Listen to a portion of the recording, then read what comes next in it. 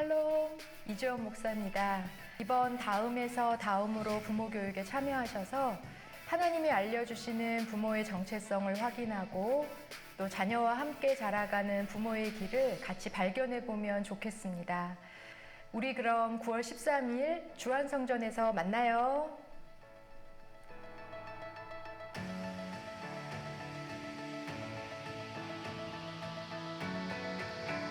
주안장로교회 선생님들 안녕하세요. 9월 20일에 여러분을 만나게 될 최창수 목사입니다. 교사는 그저 아이들 가르치는 사람이 아닙니다. 비 오는 날 우산이 꼭 필요한 것처럼 이 악한 세대 가운데 우리 아이들 곁에 남아서 우리 아이들을 든든히 지켜주시는 우리 선생님들 되시기를 소망합니다. 곧 뵙겠습니다.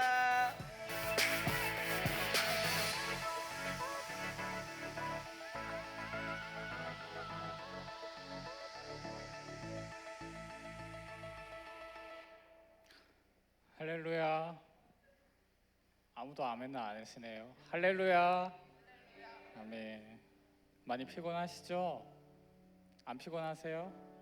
네, 오늘 이 시간 또 우리 다음 세대를 위한 교사로서 또 부모로서 또 이 시간 또 배우고 또 한 단계 성장할 수 있는 시간이 되길 바랍니다. 우리 조금은 분주한 마음 내려놓고 함께 찬양 드리며 나아가겠습니다.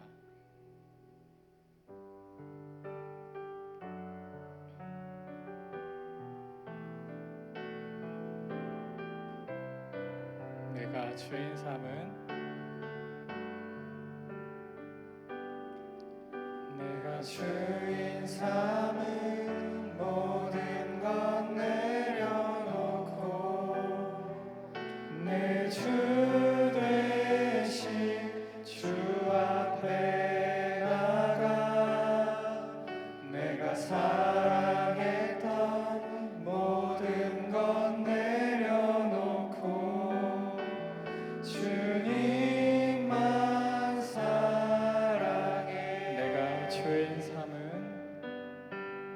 내가 주인 삼은 모든 것 내려놓고 내 주 되신 주 앞에 나가 내가 사랑했던 모든 것 내려놓고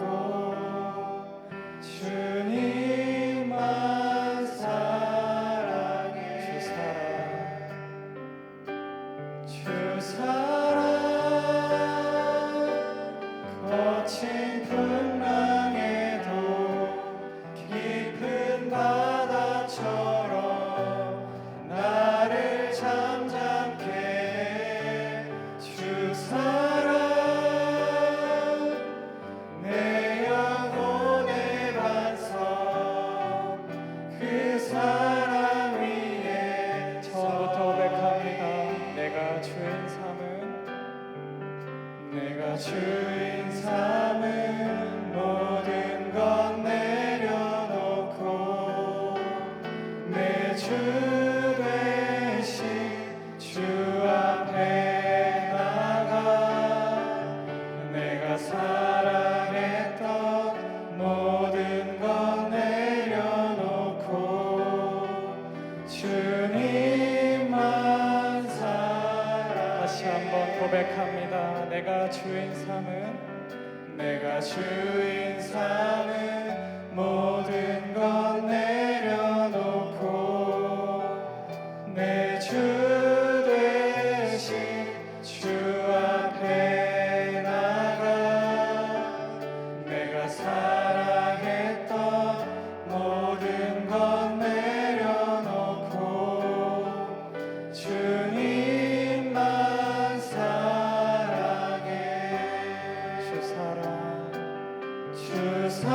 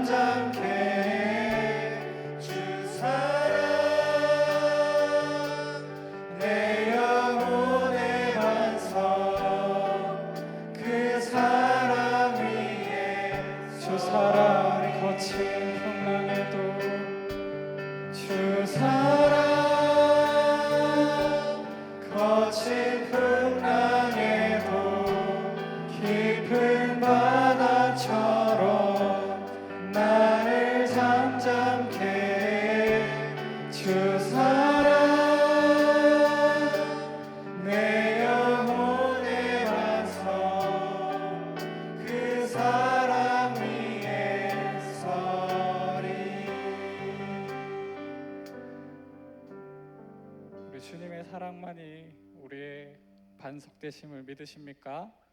아멘. 우리 다 함께 박수 치면서 찬양하며 나아가겠습니다.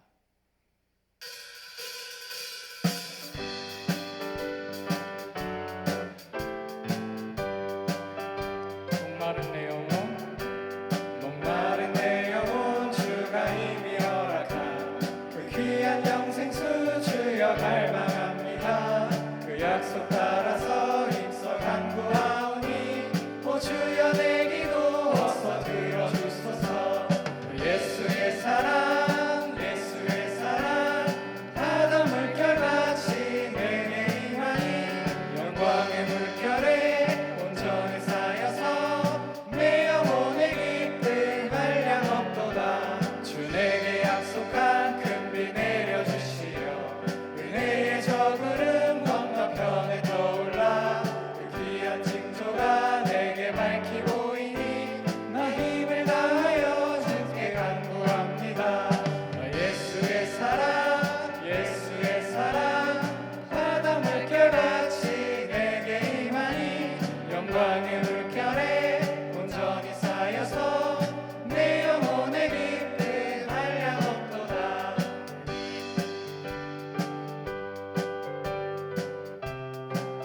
3절입니다. 은혜의 소낙비 지금 흡족히 내려 구원의 큰 강물 흘러차고 넘쳐서 내 추한 모든 죄 모두 씻어버리니 나 지금 은혜를 충만하게 받았네. 예수의 사랑 예수의 사랑 바다 물결같이 내게 임하니 영광의 물결에 온전히 쌓여서 내 영혼의 기쁨 한량 없도다. 넘치는 주의 은혜의 물결 힘차게 밀려와 내게 만족합니다. 오 할렐루야로 주를 찬송하오니 내 맘의 기쁨이 항상 충만하니라. 예수의 사랑 예수의 사랑 바다 물결같이 내게 임하니 영광의 물결에 온전히 쌓여서 내 영혼의 기쁨.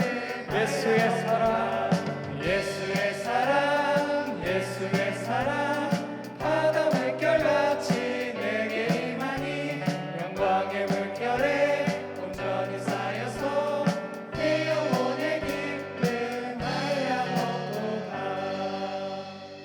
아멘. 우리 다 주의 음성을 내가 들으니 찬양 드리겠습니다.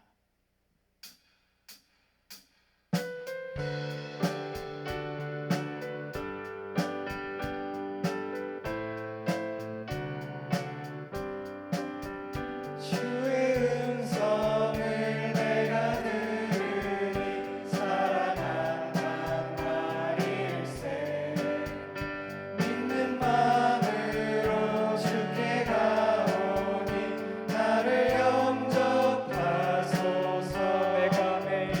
내가 매일 십자가 앞에 더 가까이 가오니 그새 주의 흘린 고백기로써 나를 정죄하소서. 주여 넓으신 은혜 베푸사 나를 받아주시고 나의 품은 끝 주의 뜻같이 되게 하여 주소서. 내가 매일 십자가 앞에 더 가까이 가오니 그새 주의 흘린 고백기로써 나를 정케 하소서.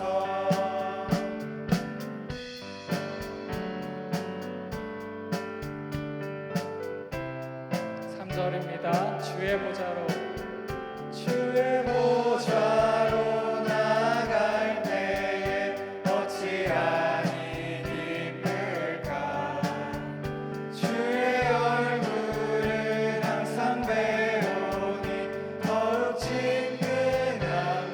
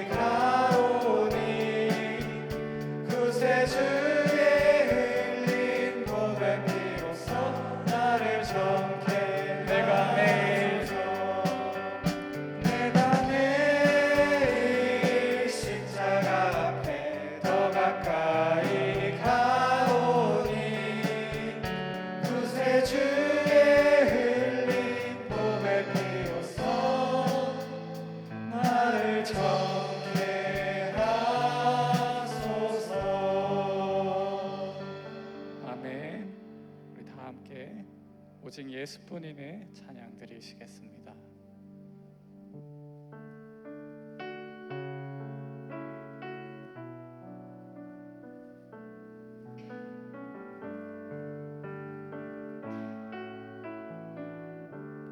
네 아니면 은혜 아니면 살아갈 수가 없네.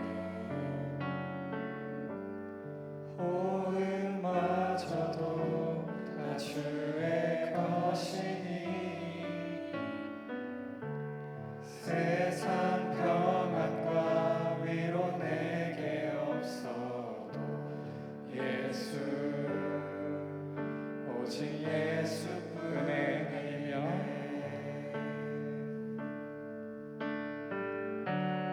은혜 아니면 살아갈 수가 없네.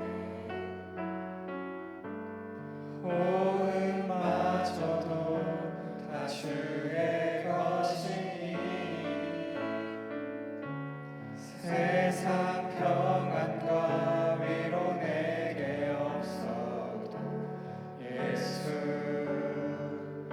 오직 예수뿐이 하나님의 크신 계획을 찬양합니다. 크신 계획 다 볼 수도 없고 작은 고난 안에 지쳐도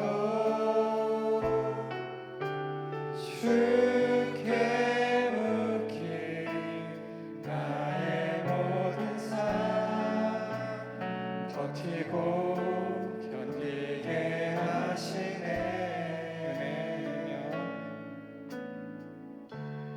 은혜 아니면 살아갈 수가 없네. 나의 모든 것 다 주께 맡기니 참된 평안과 위로 내게 주신 주 예수 오직 예수뿐이네. 우리 시간 기도하며 나아갑니다. 이 찬양의 고백처럼 우리 아이들이 또 우리 학생들이 예수님만으로 충분할 수 있는 다음 세대가 되길 원합니다. 은혜 속에 거하며 하나님의 말씀만으로 충분한 이 세대를 능히 맞서 싸워 나갈 다음 세대가 되길 원합니다. 그러기 위해 우리가 먼저 하나님 앞에 말씀을 듣기 위해 모였습니다. 또 아이들에게 은혜를 전할 때 우리가 먼저 되게 하여 주시고 먼저 된 자로서 그들에게 하나님의 은혜를 전할 수 있는 교사로 또 부모로 세워질 수 있도록 도와주시옵소서. 우리 시간 잠잠히 기도하며 나아가도록 하겠습니다. 하나님 아버지 감사합니다. 주님, 우리의 삶 가운데 함께 하신 하나님, 우리의 삶을 인도하시는 하나님, 우리를 붙들어 주시고 우리의 삶을 인도하시는 그 하나님의 은혜를 감사합니다. 주님, 이 시간 기도하며 나아갈 때 하나님의 말씀이 우리 삶에 넘치도록 하여 주시옵소서. 이 모든 말씀 예수님의 이름으로 기도드렸습니다. 아멘. 샬롬, 반갑습니다. 저는 교육국을 섬기고 있는 박대우 목사입니다. 오늘 다음에서 다음으로라는 부모 교사 교육에 참여해 주셔서 참 감사합니다. 오신 부모님들과 선생님들 모두 사랑하고 축복합니다. 우리 좌우에 계신 분들과도 이렇게 인사했으면 좋겠습니다. 잘 오셨습니다. 우리 한 번 더 인사했으면 좋겠습니다. 토요일에 보니까 더 좋네요. 이렇게 인사하겠습니다. 네, 우리 오늘 이 교육은 함께 배우고 나눈 이 교육은 단순히 지식적으로 배우는 것이 아니라 우리 교회 다음 세대와 가정을 세우고 살리는 꼭 필요한 은혜로운 시간일 줄로 믿습니다. 여러분들도 그런 기대감을 가지고 오늘 이 교육에 참여해 주셨으면 참 감사하겠습니다. 오늘 이 귀한 자리에 하나님께서 준비해 주신 강사님을 모시게 되었습니다. 오늘 부모 교사 교육을 담당해 주실 강사님은 이지원 목사님이십니다. 목사님은 다세연을 섬기고 계시는데, 다세연은 다음 세대를 섬기는 사람들의 연대, 그곳에서 대표 목사님으로 섬기고 계시고 현재 숲속 샘터교회에서 담임 목회를 하고 계시는 목사님이십니다. 우리 목사님 강의하러 나오실 때 큰 박수로 우리 맞이하도록 하겠습니다.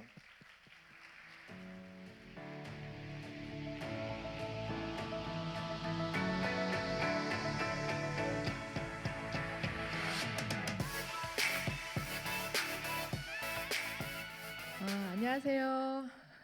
저는 이지원이라고 하고요.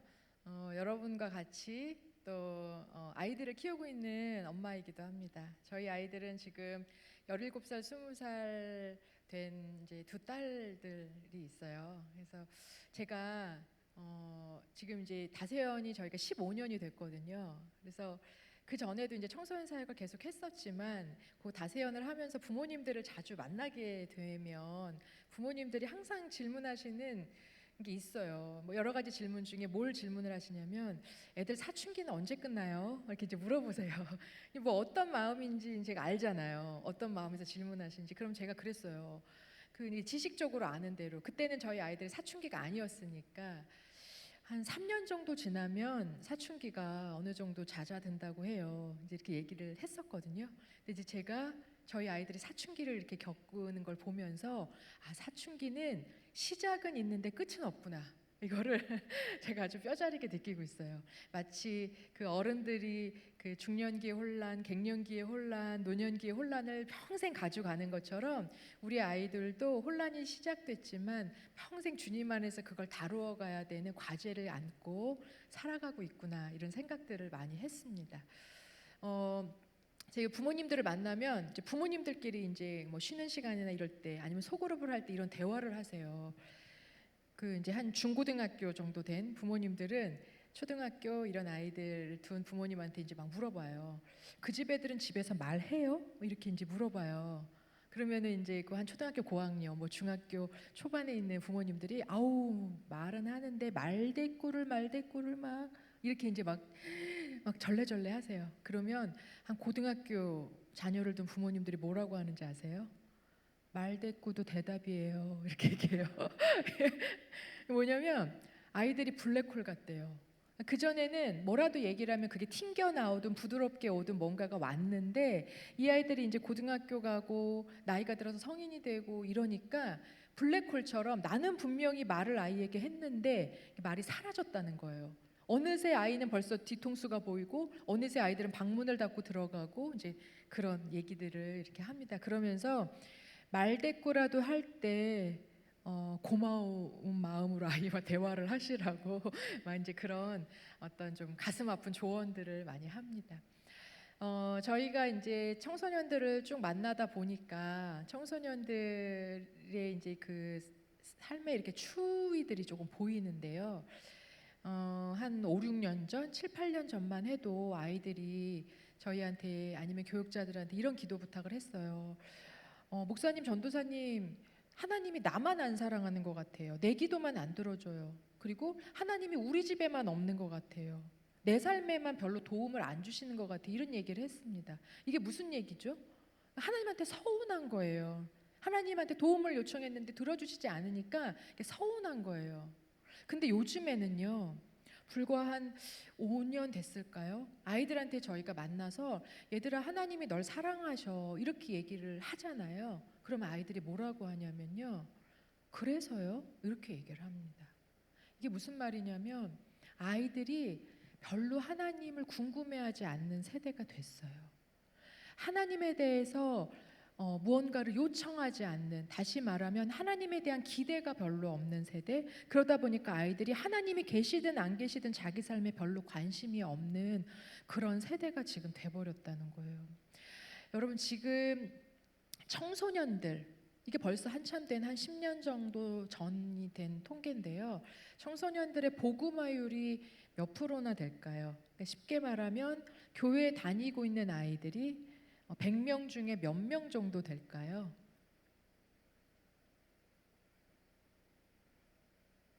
네? 10명이요. 네. 한 2.5%? 2점 그 정도 얘기예요. 그러니까 3명이 안 되고 있습니다. 그럼 이제 어린이들로 한번 내려가 보면 어린이들은 사실 한 10% 정도 얘기를 했거든요. 한 10여 년 전인데 저도 전에 들은 건데 2022년인가요? 그때 통계에 어린이들도 지금 3% 정도까지 떨어졌대요. 그러니까 어린이 부서 아이들, 초등. 그러니까 이건 무슨 말이냐면 점점 교회 안에서 다음 세대가 사라져 가고 있다. 이 얘기입니다. 근데 이거를요 더 우리가 그냥 아이들이 사라지고 있구나 이렇게만 생각할 게 아니라 더 우리가 조금 더 마음을 들여서 봐야 되는 건 뭐냐면요. 저나 여러분과 같은 세대에는요 어렸을 때 지금 내가 교회를 다니지 않아도 교회에 한번 가본 경험들이 대부분 있어요. 어떤 절기든 무슨 행사든 누군가의 손에 의려서 교회를 가본 경험들이 있습니다. 근데 지금 아이들은 그 경험이 아예 없는 세대라고 보시면 돼요. 다시 말해서 100명 중에 97명의 아이들은요. 내가 힘들고 내가 어렵고 내가 괴롭고 내가 의지하고 싶을 때 그를 위해서 기도해 줄 어른이 없는 아이들이라고 보시면 되는 거예요. 그러니까 우리가 아이들이 교회를 안 나오고 있네. 이거를 그냥 애들이 교회 나오기 싫은가 아니면 인구가 줄어서 그런가 교회 안에 이제 점점 고령화가 돼서 그런가 이런 의미가 아니고요. 우리 아이들이 정말 힘들 때 그를 위해서 기도해 줄 어른을 찾을 수 없다는 것. 그리고 그 아이들은 의지할 것 없이 마음 둘 것 없이 사는 아이들이 100명 중에 97명일 수 있다. 그 얘기는 뭐죠? 우리 교회가 때로는 우리 가정이 우리 아이의 친구의 정서적인 가정이 되어줘야 하는 그런 이제 시기가 됐다는 거예요. 그래서요 지금은 굉장히 어려운 시대지만 더 많은 사명감을 가지고 우리 아이 곁에 있어줘야 될 어른이 특별히 그 가정이 아주 필요한 시대가 됐습니다. 제가 플래너리 오코너라는 사람이 쓴 현명한 피라는 소설을 본 적이 있어요. 근데 이 소설을 제가 다 읽지는 못했지만 거기에 일부분의 내용을 보게 됐는데 거기에 이런 대화가 있었습니다. 엄마가 얘기하는 거예요. 아들에게 예수님이 널 구원하시기 위해 돌아가셨어. 이제 이렇게 대화를 시작을 합니다. 그랬더니 아들이 뭐라고 대답할까요? 여러분의 자녀라면 뭐라고 대답하실 것 같으세요? 난 부탁한 적 없는데 이렇게 얘기를 한 거예요. 아이가. 근데 제가 그 이야기를 작년에 봤거든요. 아까 그랬잖아요. 저희 집 아이들 사춘기는 시작됐는데 끝이 없는 길로 가고 있는 이 아이들을 딱 생각하면서 이게 오버랩이 되면서 이 앞에 이 아이가 있으면 한 대 콱 쥐어받고 싶은 거예요. 어떻게 말을 그렇게 하냐. 근데 제가요 그 대화를 계속 보다가 이 아이는 자기도 모르는 사이에 진리를 말했구나. 그걸 알았어요. 무슨 얘기죠? 난 부탁한 적 없는데 주님이 죽으신 거예요. 그러고 보니까 우리는요 다 하나님 앞에 부탁한 적 없는 은혜를 부탁한 것보다 훨씬 많이 받은 사람들이라는 거예요. 다시 말해서 여러분이나 저나 우리 아이를 위해 기도하고 공동체를 위해 기도하고 가정을 위해 기도하고 이렇게 우리의 삶을 위해 기도할 때 우리가 하나님 앞에 부탁한 것보다 사실은 주님이 더 알아서 우리에게 필요하다 생각하는 은혜를 훨씬 많이 주신 거예요. 그래서 사실 지금 우리가 여기까지 온 거거든요. 저는 가끔 이런 생각해요. 제가 그 시기에 했던 기도를 하나님이 그냥 그대로 액면 그대로 들어주셨으면 와 진짜 큰일 날 뻔했다. 이런 아차 싶은 기도도 있거든요. 여러분 우리 중에 누구도 예수님 이 땅에 오셔서 우리 죄를 위해서 십자가 정도는 져주셔야 되지 않냐고 하나님 앞에 부탁한 있으세요 혹시? 그렇게 인류 중에 그런 생각을 할 수가 없는 거예요. 그러니까 이 은혜의 깊은 차원은 하나님에게서만 나온 생각이거든요. 그러니까 때로는 우리가 받은 모든 은혜의 그 깊고 넓은 차원은 전적으로 하나님의 생각과 계획에서 온 게 훨씬 많다는 거예요. 그래서 제가 그때부터 마음을 좀 고쳐 먹었어요. 아까 그랬다 그랬잖아요. 아이들이 그래서요? 하나님이 날 사랑하시든 말든 그래서요? 라고 묻는 아이들을 보면서 왜 너희들은 그렇게 간절함이 없어? 왜 하나님의 은혜를 구하지 않아? 이런 마음의 속마음이 있었거든요. 근데 이제는 제가 좀 고쳐 먹고 특히 우리 아이들에게도 그렇고 우리 교회 아이들에게도 그렇고 다음 세대 아이들을 만나면 그런 생각을 합니다. 그래 나도 부탁한 적 없는 은혜를 받아서 지금 여기에 부모로서 사역자로서 한 존재로 살아가고 있는데 네가 하나님 안에 앞에서 은혜 부탁하지 않아도 괜찮다. 대신 나는 네가 부탁하지 않는 은혜를 전해줄 거야. 이제 그 마음으로 아주 마음을 더 저 밑에 제로 베이스부터 시작하는 연습을 제가 이제 최근에 하고 있습니다. 제가 여러분에게 한번 질문을 해보겠습니다. 저희 다세어는 이제 청소년 다음 세대를 위한 단체이지만 주로 청소년들을 많이 만나고 있거든요. 근데 저희 단체가 처음 시작할 때만 해도 청소년이라고 생각한 저희 범위는 사실 중고등학생 정도였어요. 근데 현장에 가서 만나 보니까 이 청소년의 범위가 단순히 중고등학생이 아니라는 걸 알았고, 배우다 보니까 학계에서도 그렇게 얘기한다는 걸 알았습니다. 그럼 제가 한번 여러분 질문해 보겠습니다. 청소년의 나이는 몇 살부터 몇 살까지로 우리는 보통 정의할까요? 중고등학생. 네. 혹시 나는 그거랑 조금 더 다릅니다. 생각이. 그렇게 생각하는 분 계세요? 네? 10살부터 몇 살까지? 고등학교 때까지요. 네, 네. 혹시 나는 그거랑 좀 다릅니다. 한 분 정도 더 있으세요? 우리가 옛날에는요, 왜 요즘에 그 청소년 상담전에 1318이라고 해서 정말 학년기, 딱 중학생, 고등학생을 청소년이라고 했어요. 근데 이 청소년의 정의가 달라지면서, 아니, 정의가 알려지면서 이렇게 좀 바뀝니다. 청소년의 정의는 이거예요. 아동의 역할은 더 이상 수행하지 않지만 어른의 역할을 수행하기에는 이른 사람들을 청소년이라고 불러요. 그러면 다시 한번 생각해 보세요. 아동의 역할을 끝내는 나이가 어떻게 되고 있습니까?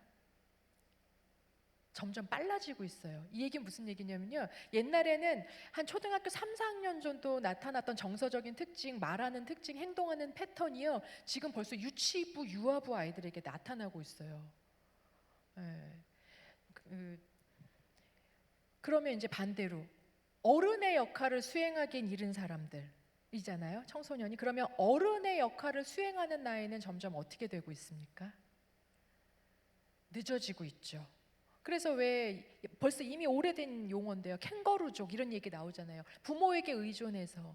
왜냐하면 지금 청년들, 청소년들이 독립하기가 굉장히 어려운 세대가 됐거든요. 그러니까 점점 부모에게 의존율은 높아져서 생애 주기 중에 굉장히 늦게까지 부모에게 의존해서 독립하지 못하고 대신 청소년의 역할은 굉장히 빨리 시작이 됩니다. 근데 여러분 청소년의 이 청소년을 통칭해서 나타나는 심리학적인 용어가 하나 있어요. 그게 뭐냐면 질풍노도의 시기다. 이런 얘기 하잖아요.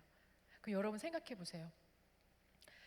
청소년의 질풍노도 시기는 굉장히 빨리 시작되는데 그거를 마치는 시기가 굉장히 늦어지고 있다는 거예요. 그러면 이 긴 과도기를 거치는 동안 아이들이 얼마나 힘들까요? 이 나이를 어떻게 보고 있냐면 아까 말씀드린 대로 1318까지 보다가 이게 사회가 급변하면서요. 7세에서 29세 정도까지를 봤어요. 그런데 지금은요. 7세에서 35세 정도까지를 청소년으로 보고 있습니다. 혹시 그러면 저는 청소년인 것 같아요 하시는 부모님 계세요? 있을 수 있죠. 왜냐면 아이가 어리면은 있을 수 있죠. 전 청소년인 것 같아요. 이런. 그러니까 아이들이 굉장히 큰 혼란을 겪고 있거든요. 제가 여러분에게 한번, 여러분 혹시 좀 이렇게 앞으로 나오시라고 그러면 나오실 수 있으세요?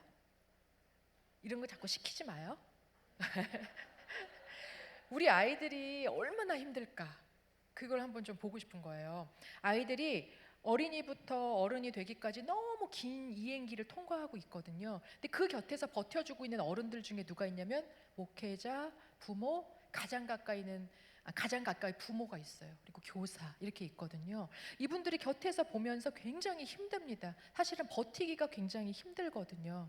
근데 이제 우리 아이들은 그러면 어떤 시기를 보내고 있을까? 제가 한번 여러분하고 좀 같이 나눠보고 싶어요. 제가 이게 의자가 빠지는 걸까요? 오, 빠지네요. 그러면 혹시 괜찮으시면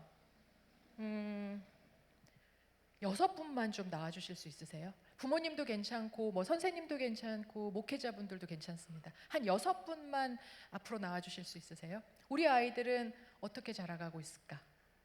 우리 아이들은 그 시기를 어떻게 보내고 있을까? 여러분들도 집에 가서 애들한테 뭐 해라 뭐 이런 얘기를 하시면 안 돼요. 이게 쉬운 게 아니에요. 이런 게 하는 게. 그러면 제가 죄송해요. 제가 여기 5분 부탁을 좀 한번 드려보고 그다음에 혹시 괜찮으세요? 앞에 한번 나오실 수 있으실까요? 네. 그러면은 우리 아버님, 집사님, 선생님, 아버님이 청소년이라고 생각을 해보겠습니다. 청소년들이요. 아이에서 어른으로 자라간다고 할 때 뭐가 자라가는 거냐면 영성이 자라가는 거거든요. 근데 이 영성은 우리가 생각하는 믿음의 영역만 있는 게 아니에요. 무슨 말이냐면 이 어머님이 자라가신다. 이분 되게 성장해 가시네라고 할 때 우리는 뭘 보는 거냐면 이분의 믿음의 영역도 성장하고 지적인 영역도 성장하고 정서적인 영역, 생활적인 영역, 사회 관계적인 영역도 같이 성장해 가시네요. 이렇게 얘기를 하는 거예요. 근데 사람에 따라 환경에 따라 기질에 따라 어떤 거는 좀 잘 성장하고 어떤 건 좀 느리게 성장하는 게 있을 뿐입니다. 5가지 영역이 있어요. 근데 이 5가지 영역이요. 이 피자라고 생각해 보세요. 판이에요. 이게 영성의 판입니다. 여기 위에 청소년이 올라가 있는데요. 어릴 때는요, 이 5개가 다 붙어 있는 줄 알았어요. 그래서 우리 왜 어린애들 영유아 건강검진 가면 뭐 체크하라고 하잖아요. 그러면 어머 얘는 뭐 머리둘레는 상위 90%네요. 뭐 이런 게 나오잖아요. 언어 발달은 이게 무슨 말이냐면 어느 정도 일정한 기준이 있었어요. 근데 청소년기에 가면 더 이상 그걸 하지 않습니다. 왜요? 이제 그때부터 다른 변화가 오기 때문에 그래요. 뇌과학자들은 청소년기에 이 영성의 판이 변화되는 걸 뭐라고 하냐면 누군가가 그게 이제 하나님이죠. 신이 그 아이의 전두엽을 건드렸다 이렇게 얘기를 합니다. 그래서 전두엽이 엄청나게 팽창하고 분화되면서 아이의 이 영성의 판이 자라는데요. 어떻게 자라냐면 5개가 붙어 있는 줄 알았어요. 영적, 지적, 정서적, 사회 관계적, 신체 생활면 이 5개가 사실은 다 떨어져 있었던 거예요. 그리고 다 제각기 다른 속도로 자라기 시작을 합니다. 그 위에 청소년이 올라가 있는 거예요. 여러분 여기 인천이 가까우니까 여기 송도, 월미도에 가면 디스코 있죠. 디스코 팡팡 타보셨어요? 저는 못 타봤어요. 너무 겁이 많아가지고. 근데 그거 막 이렇게 막 하면서 굉장히 무섭잖아요. 붙어 있는데도 무섭잖아요. 근데 여러분 그게 5개가 다 떨어져 있는 상태의 아이가 타고 있다고 생각해 보세요. 그렇게 질풍노도에. 그럼 아이가 어떻겠어요? 굉장히 두려운 거죠. 그 시기를 아이들이 지금 혼란의 시기를 버티고 있는데 한번 보겠습니다. 아버님 청소년이시니까 여기 한번 올라가 봐 주세요. 일어서셔야 돼요. 일어서셔야 돼요. 아이들이 안전벨트하고 여기 앉아 있는 게 아니거든요. 계시죠? 어머님, 그냥 제가 다 어머님, 아버님으로 불러도 될까요? 네. 어머님은 영적인 영역이에요. 이 아이의 영성에 있어서 영적인 영역인데 지금까지는 부모님이 말한, 선생님이 말한, 목회자가 말한 영적인 어떤 믿음에 대한 영역이 다 믿어졌어요. 그냥 하나님이 계시되 뭐 하나님이 천지를 창조하셨대 이런 믿어졌는데 이때부터 갑자기 아이 안에 진짜 왜? 하나님은 왜 선악과를 만들어가지고 사람을 골치 아프게 해? 하나님은 왜 시험을 해? 그럼 하나님 사탄도 만든 거야? 진짜 하나님은 천지를 창조하셨어? 학교에 가서 배우니까 아니던데? 뭐 이런 질문들이 이 안에서 막 선생님, 어머님이 그러신 거예요. 그래서 이 아이를 영적으로 계속 흔들어요. 한번 흔들어 보세요. 네, 막 흔들으세요. 엄청 흔들어야 돼요. 네. 근데 어떤 아이들은 옆에서 누가 같이 버텨줘서 버틸 수 있는데 버텨줄 사람이 없으면은 이 판에서 얘가 떨어지는 거예요. 계속 흔드는 거예요. 뭐라고 하면서 흔들고 싶으세요? 영적으로 한번 이 아이의 내면에 있다고 생각하면 무슨 질문이 이 청소년을 흔들까요? 네, 영적인 뭐 여러 가지 질문들이요.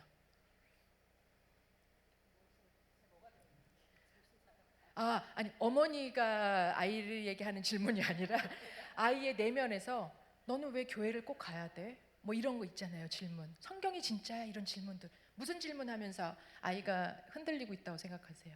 어머니의 자녀를 생각해도 괜찮습니다. 하나님이 진짜 살아있긴 한 거야? 또 뭐가 있을까요? 졸린데 과연 예배가 진짜 필요한 거니? 시험 기간인데 공부해야 되지 않아? 본물 터지셨어요 지금. 친구랑 놀러 가고 싶은데. 친구랑 놀러 가고 싶은데 예배 드려야 된다는 선생님 말이 진짜 맞는 거야? 이런 질문이 아이의 전두엽이 탁 건드려지면서 이게 생각하고 판단하는 뇌거든요. 막 아이를 뒤흔듭니다. 근데 어떤 아이는 그냥 이렇게 기질적으로 조금인데 어떤 아이는 정말 이 영성의 판에서 떨어질 만큼 흔들리는 경우가 있습니다. 어머니 잠깐 요 앞에 앉아 계세요. 한 번 더 등장하셔야 되니까.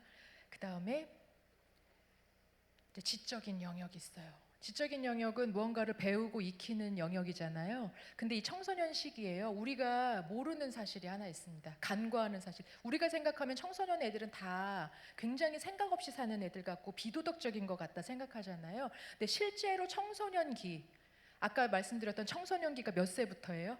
한 7세부터 35세라고. 그러면 유치부 아이들부터 청년부에 있는 아이들까지 다 포함된다고 생각을 해보세요. 이 시기에 있는 아이들은요, 뭐가 발달하냐면 도덕성이 엄청 발달합니다.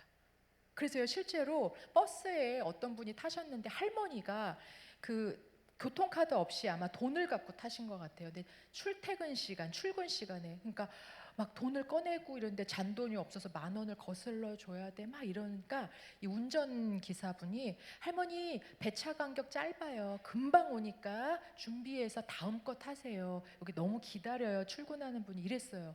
근데 할머니가 잘 못 알아들으시고 계속 그 앞에서 이렇게 하고 계시니까 교복을 입은 남자아이가 중고등학생이겠죠. 이거 10,000원을 갖다가 딱 그 돈통에 넣으면서 기사분께 선생님 아저씨 다음에 이런 분 있으면 이걸로 계산해 주세요 이렇게 했대잖아요. 이게 실제 기사에 났었습니다. 오래전에. 청소년기에는 도덕성이 발달해요. 그래서 걔네들이요 엄마들한테 그렇게 지적질을 하는 거예요. 아니 엄마 왜 어른이 돼서 말을 그렇게 해? 엄마 왜 아까 그 과일 가게 아줌마한테 그런 식으로 태도를 해? 엄마 왜 길거리다가 그거 지금 버리고 가면 어떡해? 해? 그전엔 안 했던 애들이 그렇게 지적질을 하는 거예요. 얘네가 나빠서가 아니라요. 얘네들 안에 도덕성이라는 기준이 아주 높아지고 있기 때문에 정상적으로 자라고 있기 때문에 그런 거예요. 이 아이가 세상을 보면서 이제 지금까지 부모와 교사와 목회자와 어른들이 얘기한 세상살이 방식으로는 이렇게 살면 안 될 것 같은데 사람으로서 이런 마음이 생기면서 세상에서 자기 나름대로 지식을 습득하는 방법이 생깁니다. 툴이. 이분이 막 흔들려요. 지식적으로. 세상을 보니까 다 자기 기준에 어떤 못마땅해요. 뭐가 흔들릴 것 같아요?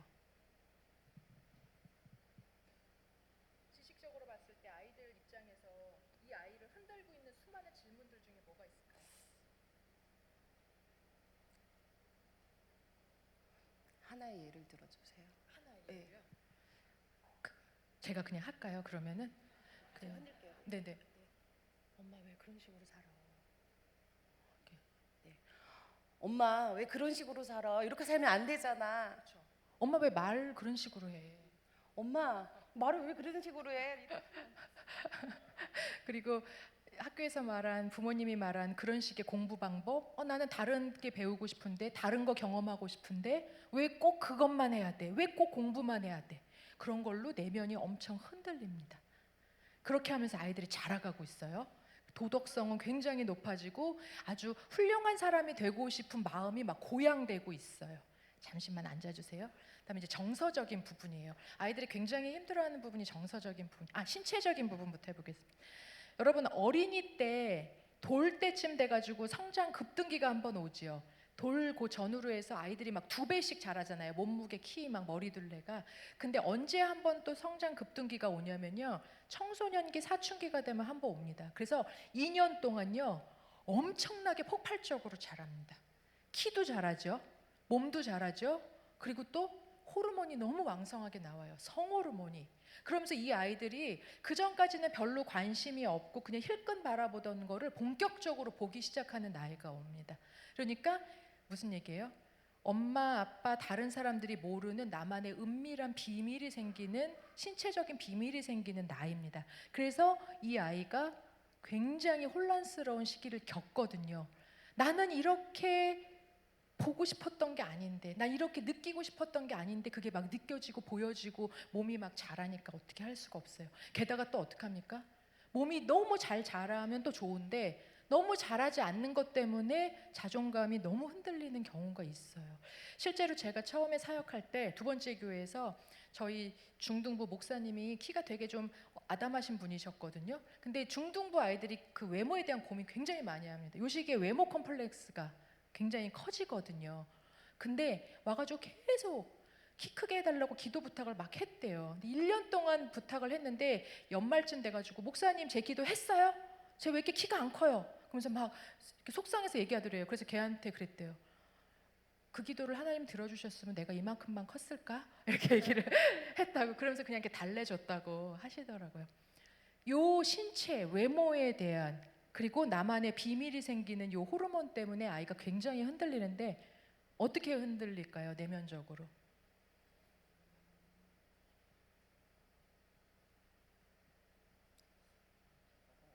아이가 뭐 괴로워하던 게 있어요? 신체적인 면에서.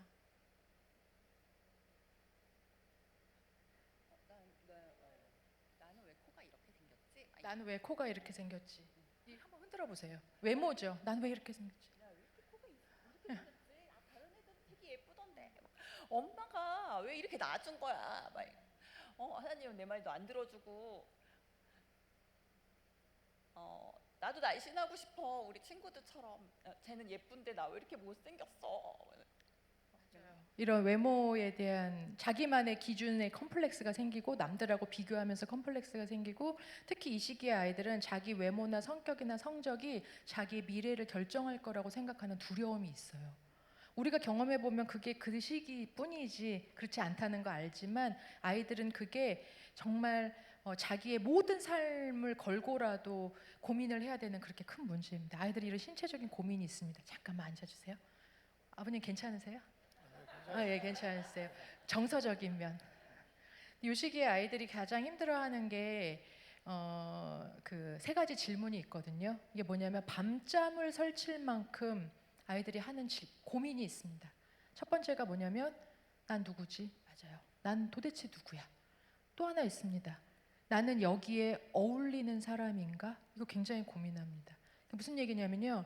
어디를 가도 어렸을 때는 아기 때는 걸음마만 잘해도 엄마 아빠라고 말 한마디만 해도 막 박수를 받았는데 아이들이 점점 크면서 부모 입장에서 어른 입장에서 얘가 크지 않다고 생각하는 어떤 부분이 보이면 굉장히 못마땅한 시선을 계속 받아요.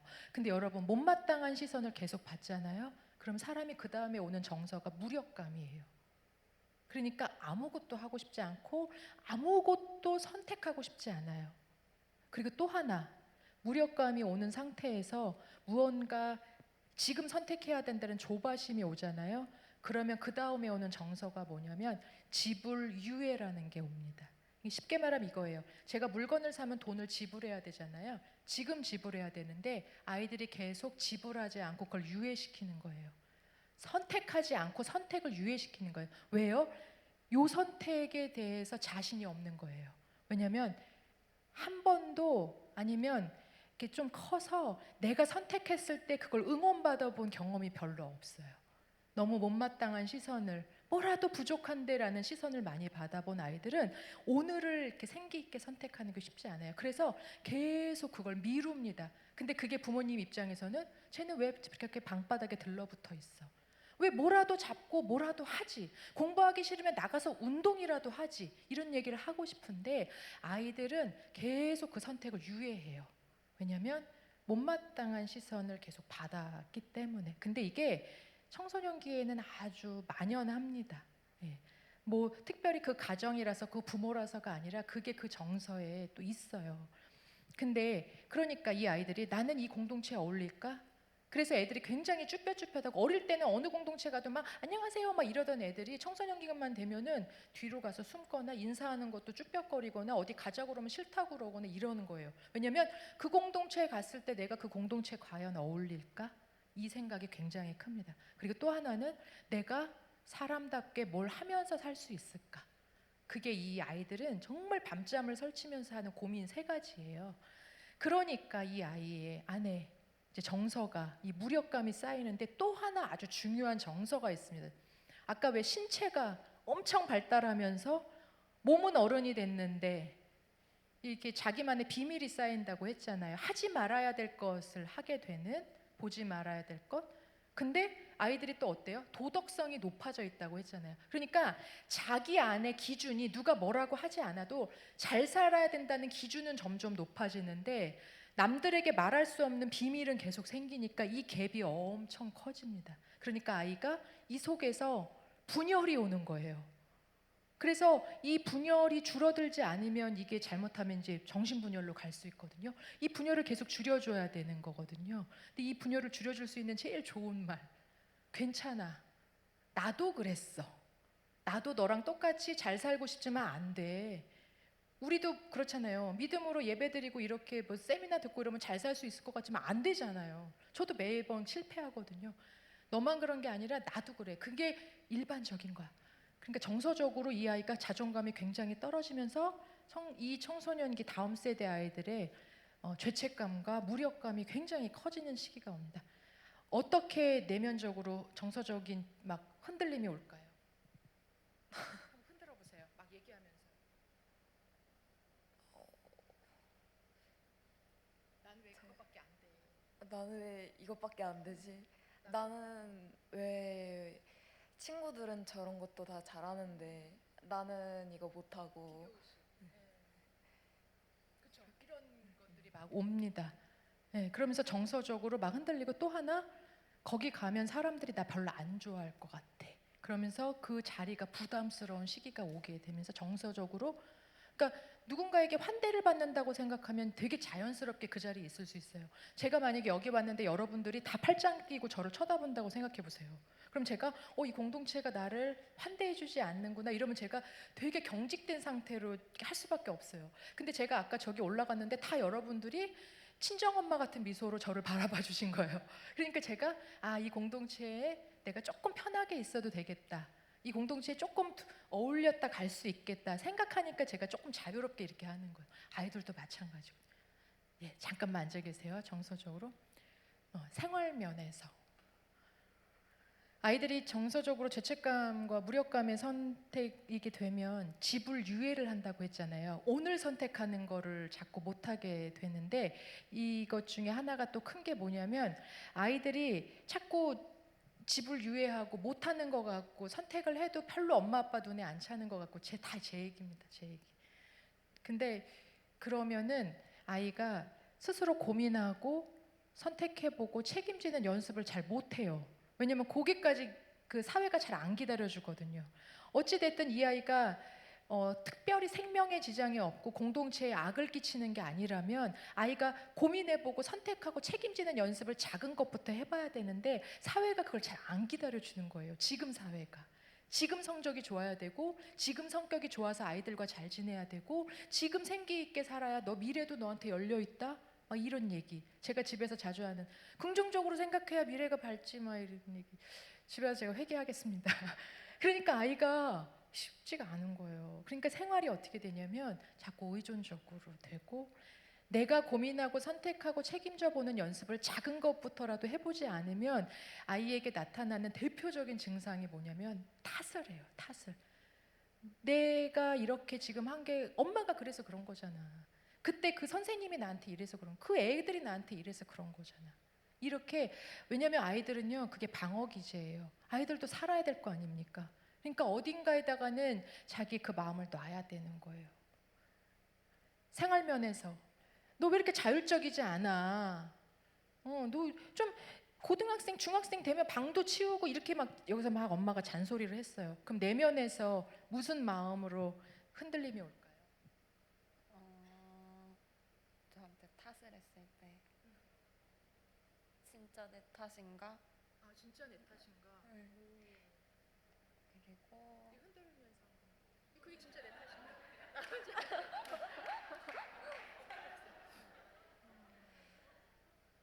정말 내 잘못이라면 뭐가 잘못된 걸까? 어디서부터 잘못된 걸까? 그냥 나를 싫어하는 게 아닌가? 맞아요. 저도 잘 생각해보지 못했는데 이런 얘기 했던 것 같아요. 저희 아이들이. 아, 이게 진짜 내 잘못일까? 만약에 잘못이라면 난 어디서부터 잘못된 걸까? 혹시 그냥 나 싫어서 저런 거 아닐까? 이런 생각 정말 할 것 같아요. 아이들이요. 근데 여러분, 지금까지 나온 모든 이 내면의 흔들림이 다 뭐랑 연결돼 있냐면 이 아이의 정체성과 다 연결돼 있는 질문입니다. 그럼 지금 한번 나와 보세요. 이 5가지 영역이요. 이렇게 한 번씩 작게 흔들려도 힘든데 이게요. 어마무시하게 동시다발적으로 이분을 막 흔들기 시작해요. 청소년을. 그러면 같이 한번 막 흔들어 보세요.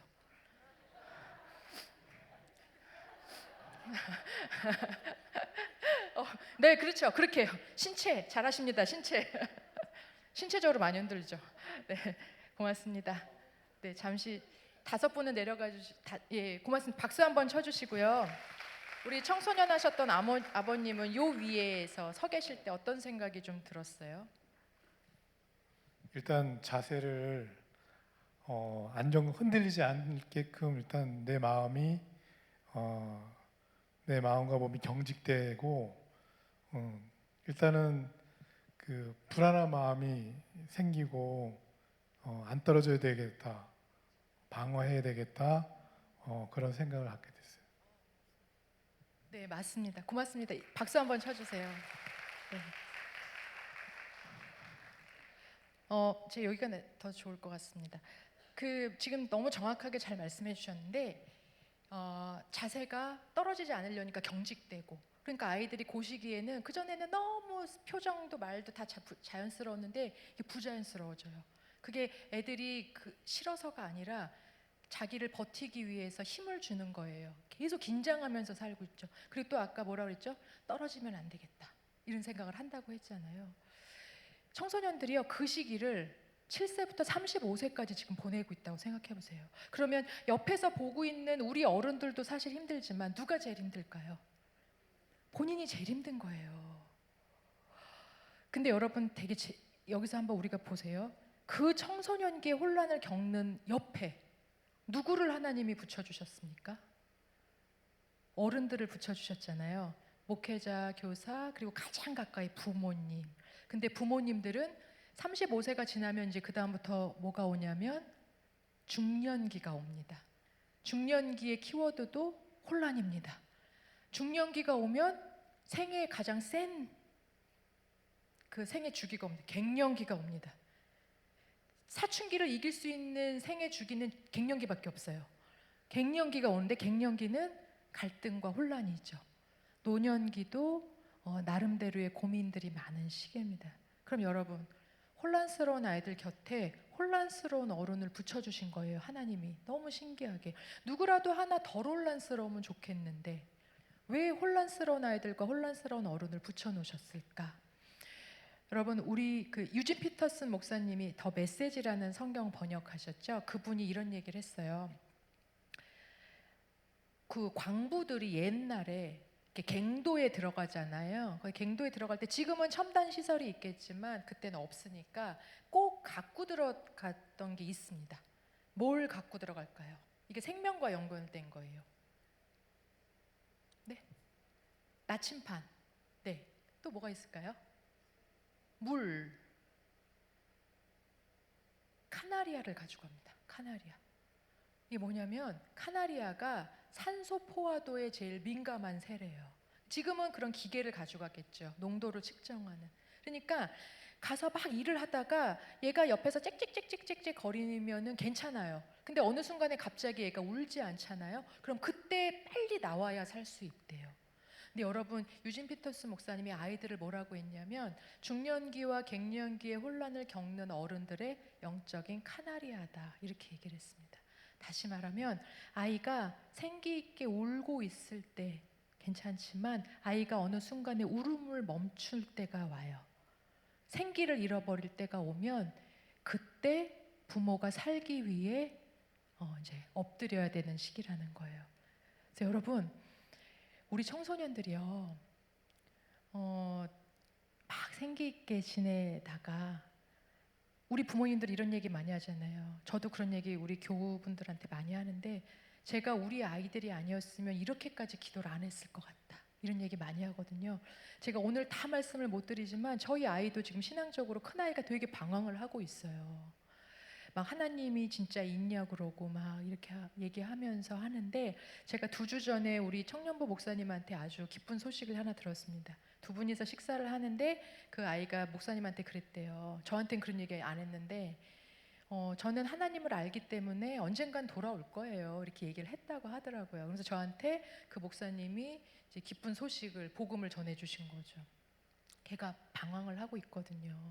근데 여러분, 제가 재작년에 그 아이가 지금 3년째 방황을 해요. 계속 고민을 하고 막 어떨 때는 교회에 안 나오고 나와도 막 잠옷실에 들어 누워 있고 막 이래요. 근데 저희 교회가 다 합쳐도 예배 인원이 한 70여 명 정도 되는 작은 교회거든요. 그러면은 우리가 또 온 교우가 같이 예배를 해요. 그러면은 얘가 와서 방에 들어 누워 있는지 자빠져 있는지 예배를 왔는지가 한눈에 다 보여요. 근데 제가 목회자로서 어떤 생각이 들었냐면, 다세연 청소년 사역자잖아요. 또 내가 설교할 수 있을까?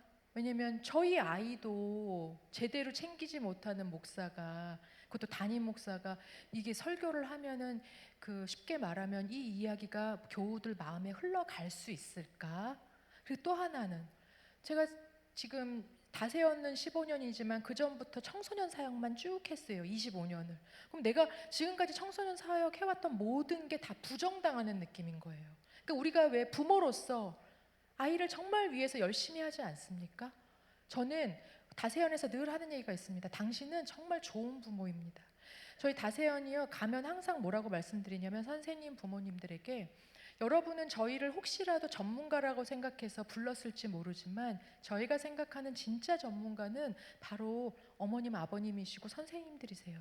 왜냐하면 전문가, 제가 생각하는 기준은 2개입니다. 하나는 그 아이를 제일 잘하는 사람이 전문가고, 또 하나는 지금 모습이 어떠했든 제일 사랑하고 싶은 마음이 큰 사람이 전문가라고 생각해요. 근데 제가 어머니들보다 여러분의 자녀를 더 사랑하겠습니까? 사랑할 수가 없어요. 더 잘 알겠습니까? 잘 알 수가 없어요. 그래서 저는 항상 그래요. 여러분이 전문가고 여러분이 제일 사랑하고 싶은 마음이 크니까 여기 오신 거고, 지금 내가 어떠했든 우리 아이를 제일 잘하는 사람으로 하나님이 붙여주신 분은 여러분이세요. 그러니까 여러분이 전문가입니다. 이 얘기를 늘 하거든요. 그래서 여러분 되게 좋은 부모신 거예요. 누가 제일 좋은 부모냐? 최근에 어떤 분이 묻더라고요. 그래서 제가 그랬어요. 혼란스러울 때 정말 정직하게 아이들 앞에서 하나님 앞에 엎드릴 수 있는 사람이 저는 제일 좋은 부모라고 생각합니다.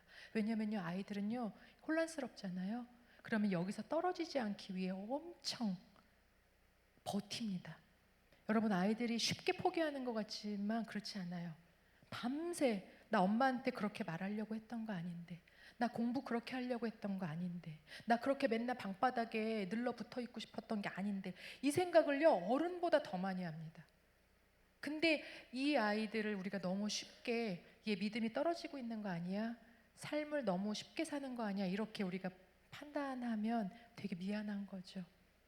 그것과 마찬가지로 서로에 대해서, 나에 대해서 내가 안 좋은 부모인가 이렇게 생각하면 안 되는 거예요. 우린 정말 좋은 부모예요.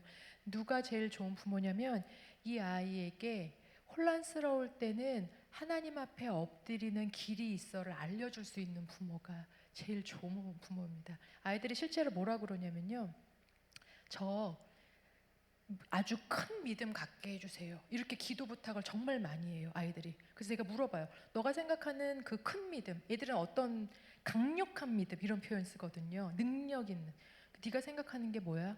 실수하지 않고 실패하지 않고 여기서 떨어지지 않는 믿음이래요. 그럼 저희가 항상 얘기해 줍니다. 얘들아, 진짜 믿음은 실수하지 않는 것, 실패하지 않는 게 아니야. 실수하고 실패했을 때 다시 하나님을 기억하고 일어나는 게, 그게 진짜 믿음인 거야. 엄마, 너 매 순간 사랑하고 싶지만 너 매 순간 그 좋은 방법으로 사랑하는 거 되게 어려워. 그래서 나 맨날 하나님 앞에 엎드리는 거야. 나 하나님 되게 잘 믿고 싶지만 그거 되게 어렵더라. 그 믿어도 네 앞에 서면은 또 그렇게 막 이렇게 어떤 애들이 우리 집에만 우리 엄마한테만 성령이 왜 안 임하시냐고 실제로 저한테 그런 얘기 한 애가 있거든요.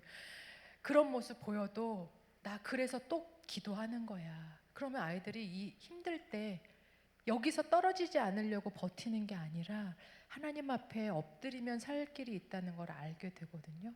그래서 실제로 기독교 그 교육학자 중에 제임스 파울러라는 사람이 있는데 이 사람이 뭐라고 했냐면요. 인생의 모든 주기에서 하나님을 믿고 돌아오는 회심이 있잖아요. 회심이 가장 많이 일어나는 시기가 청소년기래요. 그러니까 혼란은요. 우리를 하나님 앞으로 인도하는 사실 징검다리와 같습니다. 근데 그때 이 징검다리를 밟아야 살 수 있어라고 보여줄 수 있는 가장 가까이에 하나님이 부모를 두셨어요. 그리고 그 부모가 그때마다 엎드려서 하나님 앞에 이 징검다리를 밟아야 살 수 있구나를 보여줄 수 있으면 아이들은 그 엎드리는 부모를 통해 하나님을 경험합니다. 다시 돌아가서 제가 이제 목회자로서 청소년 사역자로서 애썼지만 내 인생에 다 부정당하는 것 같은 그 경험을 이제 막 했어요. 그래가지고 되게 고민을 많이 했습니다. 사실은 이제 좀 사역을 내려놔야 되나 고민을 많이 했는데 그때 저희 교회 집사님 한 분이 장문의 카톡을 보내셨어요. 재작년 말인데요, 12월에 거기에 뭐라고 써 있었냐면 목사님하고 주회를 위해서 제가 아이한테 허락을 받았습니다. 네 얘기 가서 해도 되냐? 이런 얘기해도 되냐? 그랬더니 아이가 하라고. 그래서 갔다 와서 네 얘기 했는데 부모님들이 많이 위로받더라. 저 목사님 딸도 저렇게 방황하는데 우리 자녀가 방황하는 건 당연하지 하고 위로받으셨다. 그랬더니 저희 아이가 그거 보라고 내가 엄마 강의에 얼마나 도움을 주고 있냐고 그렇게 얘기를 했어요. 근데 이 얘기를 하는 거예요. 목사님과 주회를 위해서 기도하는데 너무 눈물이 났어요. 이렇게 얘기를 했어요. 근데 그 뒤에 뭐라고 써있냐면 그때 그 아이가 그 분의 딸이 6학년이었거든요. 이런 생각이 들었대요.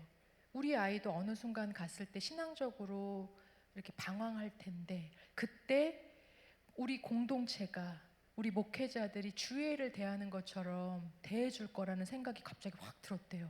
그러면서 다행이다. 얘가 여기서는 방황해도 되겠다. 이 생각이 들어서 갑자기 눈물이 엄청 났다는 거예요. 근데 여러분 그게 저에게 얼마나 큰 위로가 됐는지 몰라요. 왜요? 저는 제가 뭔가를 그래도 말한 대로 되어지고 있는 것이 설교의 어떤 좀 본보기가 될 거라고 생각했는데 그게 아니구나. 하나님은 연약한 모습도 다 사용하셔서 누군가에게는 메시지가 되게 하시는 거예요. 그래서 제가 그때부터 내가 하고 있는 것들이 설교가 되는 게 아니라 내가 그것 때문에 하나님 앞에 엎드리고 있는 게 메시지가 되고 설교가 될 수 있겠다. 그리고 나서 그해 겨울에 12월에 기도를 하는데 하나님이 제 마음에 이런 마음을 주셨어요. 네가 주의 엄마라서 다행이다. 이런 마음을 주셨어요. 근데 제가 아까 뭐라 그랬죠? 제가 청소년 사역한 거 다 부정당하는 느낌이라고 했잖아요. 그러면서 제가 마음으로 네가 이렇게 하니까 내가 지금까지 청소년 사역한 게 다 의미 없는 것처럼 됐잖아. 이 마음이 있었어요. 사실은 원망이 있었어요. 근데 네가 주의 엄마라 다행이다. 근데 그때 제 안에 무슨 생각이 들었냐면 15년 동안 그때 이제 13년이죠. 그동안 내가 부모님들을 만나서 했던 그 수많은 이야기들이 있잖아요. 이제 그거를 제가 믿어야지만 버티는 시기가 온 거예요. 그래서 지금까지 어쩌면 청소년 사역을 하면서 얘기하고 어머니들하고 같이 기도하자고 그러고 조금만 버텨보자고 했던 그거를 이제 제가 붙들 수 있는 그게 제 안에 있어서 다행이다. 그런 생각을 하는 거예요. 그래서요 제가 아까 농담이 아니라 이거 다 제 얘기예요. 라고 하는 게 정말 제 얘기입니다. 저도요 여러분과 똑같이 지금 제가 말하는 거를 제가 붙들어야지만 오늘 우리 아이를 또 가서 만나서 그래도 조금 사이좋게 지낼 수 있는 그런 시기를 보내고 있거든요. 그래서 그때 알았어요. 그러면서 제가 저 스스로 얘기합니다. 지금까지 살아왔던 모든 인생에 제가 뭐 부족했든 또 열심히 최선을 다했든 그 모든 것이 정말 하나님이 다 재료로 써서 협력해서 아이 한 명을 그리고 더 나아가서는 저라는 존재를 살리시는구나 그 생각 제가 하고 있어요. 그래서 여러분 스스로에게 한번 해보세요. 이렇게 손 얹고 나는 좋은 부모입니다. 자신감 있게 해보세요. 나는 좋은 부모입니다. 한 번 더 해보세요. 무지하게 좋은 부모입니다. 여러분, 우린 다 좋은 부모예요. 하나님 앞에 그래도 적어도 의지는 하잖아요. 하나님 앞에 의지할 수 있으면 그 의지하는 모습이 아이들에게는 징검다리가 됩니다. 근데 아까 얘기한 97명의 아이들은 그 징검다리를 보지 못하고 있어서 우리가 자꾸 그 아이 앞에 이렇게 놔줘야 돼요. 내 친구의 아이 앞에, 우리 옆집에 사는 아이 앞에 자꾸 놔주는 거예요. 제가 우리 아이들이 이제 이렇게 보면서 아이들이 그랬다 그랬잖아요. 이렇게 떨어지면 안 된다고 그래가지고 막 이렇게 길을 쓰고 뭔가를 붙잡잖아요. 그러다 보니까 아이들이 뭐를 많이 붙잡냐면 SNS나 어떤 이게 심하면 이제 중독으로 빠지는 거예요. 왜냐하면 뭔가를 붙잡아야 되니까 마음의 위로가 필요하잖아요. 왜냐하면 사람 안에는 이 인생의 폴더가 있습니다. 폴더, 주머니가 있는데 예를 들면 이런 거예요.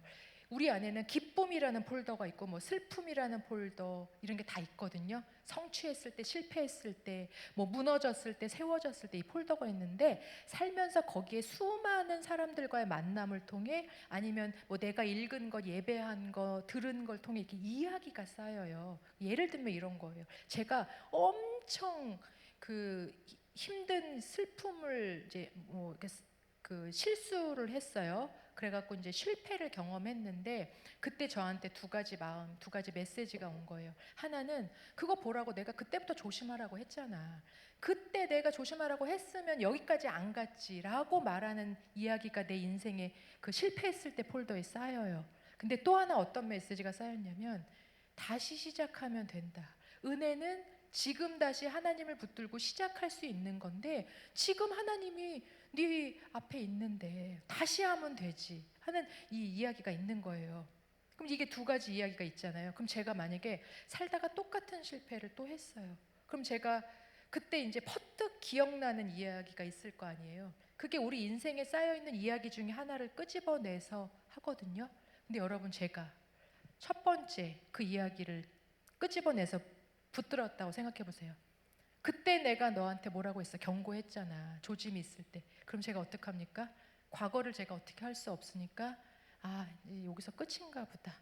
이렇게 절망하겠죠. 근데 아니야. 다시 시작할 수 있어. 언제나 하나님 앞에선 새롭게 리셋될 수 있어. 이걸 붙잡으면 상황은 똑같은데 제가 다시 일어날 수 있는 거예요. 마찬가지로 우리 안에는 그 이야기들이 다 있거든요.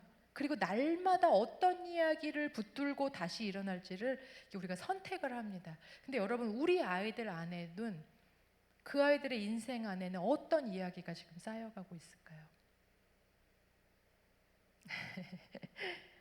주로 SNS, 뭐 친구 또래, 세상에서 나오는 수많은 가치 이런 게 더 많이 쌓여가고 있어요. 왜요? 아까 아이들이 뭐라고 그랬다 그랬죠? 그래서요. 난 부탁하지 않았는데요. 이런 마음이 많아요. 그럼 아이들이 힘들고 실수하고 실패하고 기쁠 때도 마찬가지입니다. 바르게 기뻐하는 법을 몰라요, 애들이. 왜냐하면 그 아이들에는 기쁠 때 SNS에 수많은 사진과 도배된 자랑의 이야기가 훨씬 많기 때문에 기쁠 때는 저렇게 사는 거구나, 표현을. 이런 얘기가 더 많거든요. 그러면 이 아이들 안에 어떤 순간에 이 아이들이 끄집어내야 될 이야기가 많으면 이 아이들이 훨씬 더 건강하게 일어설 수 있겠죠. 제가 사무엘상 17장을 읽다가 아주 굉장히 은혜를 받았어요. 그게 뭐냐면 사무엘상 17장이 이런 내용이에요. 다윗이 골리앗하고 싸우는 얘기예요. 그래서 이렇게 물맷돌 던져가지고 왜 딱 하는 있죠. 저는 그 전까지 다윗의 그 물맷돌이요, 세상과는 다른 어떤 기독교적인 삶의 방식, 은사와 재능, 달란트 이런 거라고 생각을 했어요. 그래서 아이들한테 너희 하나님 앞에 저 물맷돌, 달란트, 은사, 재능 이런 게 달라고 같이 기도하고 세상의 방식이 아니라 하나님의 방식으로 살 수 있는 그런 거 익혀야 돼. 이렇게 얘기를 많이 했거든요. 근데 그날 2년 전인데요. 그날 묵상을 하다가 되게 재밌는 그 내용을 봤어요. 그게 뭐냐면 다윗이 이제 사울 앞에 가는 거예요. 왜냐면 사울이 뭐라고 얘기했어요? 골리앗하고 싸우는 사람 나라의 절반이라도 줄게. 근데 왜 아무도 나서지 않는 거야? 백성들 이렇게 막 화가 나 있는데 다윗이 간 거죠. 그 형들 도시락 주려고 간 10대 그냥 젊은 조그만한 청소년이거든요. 근데 딱 가서 이렇게 얘기합니다. 제가 나가서 싸우겠습니다. 그랬더니 골리앗이 뭐라 그래요? 아, 너는 안 될 것 같은데. 왜냐면 골리앗은 나이가 아버지 뻘이에요. 그러니까 이게 부모 마음에 걱정이 되는 거예요. 얘가 이 방식으로 그대로 골리앗에 나가면은 이거 금방 깨질 건데. 근데 저는 그때 이 사울이 부모 마음이 있구나라는 생각했어요. 우리 부모님들도요, 아이들한테 이렇게 태도에 대한, 시간에 대한 이런 얘기 많이 하잖아요. 왜 합니까? 그냥 애가 싫어서가 아니라 얘 이 방식으로 세상에 나가면 이거 분명히 깨질 텐데, 이 마음이 있잖아요. 그러니까 계속 아이들 표현으로 잔소리를 하잖아요. 잔소리의 용어 정의가 그거라면서요. 옳은 말을 잘게 썰어서 계속하는 거. 이게 잔소리래요. 그러니까 애들한테, 왜냐면 얘네들이 골리앗 앞에 가면 깨질 것 같은 거예요. 부모 입장에서 살아보니까. 근데 이 다윗이 그걸 딱 벗잖아요. 근데 그때 사울하고 이런 대화를 나눠요. 제가 좀 각색을 해볼게요. 저는 목동이에요. 저는 양을 지켜요. 밤새 혼자 들판에서 양을 지켜요. 근데 그때 사자나 곰이 와서 제 양을 물어갈 때가 있어요. 그러면 저는요, 포기하지 않고 물맷돌을 가지고 던져서라도 끝까지 쫓아가서 그 사자와 곰의 입에서 그 양을 제가 끄집어내요. 근데 그때 뭐라고 얘기하냐면요, 그때 나를 지켜주신 하나님이 오늘 골리앗 앞에서 저를 지켜주실 겁니다. 이렇게 얘기합니다. 그때 제가 알았어요. 아, 다윗의 물맷돌은요, 내가 물맷돌을 하나 던졌을 때 아무도 없는 그 적막한 들판에서 나를 지켜주셨던 하나님의 이야기, 다윗과 하나님 사이에만 쌓인 이야기인 거예요. 그게 다윗의 인생의 폴더에 다 쌓여 있는 거예요. 그러니까 물맷돌은 스킬이나 방법이 아니에요. 얘가 기억해낼 수 있는 수많은 하나님과의 경험, 추억, 이야기, 그게 다윗은 많았던 거예요. 그래서 지금 우리 아이들은 뭘 가지고 갑니까? 그때 내가 슬플 때 나를 위로해 주셨던 하나님이 골리앗처럼 나를 다시 위협하는 이 슬픔 앞에서 오늘 나를 구원해 주실 거예요. 그 이야기로 오늘 골리앗 앞에 서는 거거든요. 그래서 여러분, 우리 아이들 안에 이야기가 많아야 돼요. 근데 그 이야기를 쌓으라고 보내주신 곳이 가정인 거예요. 교회인 거예요.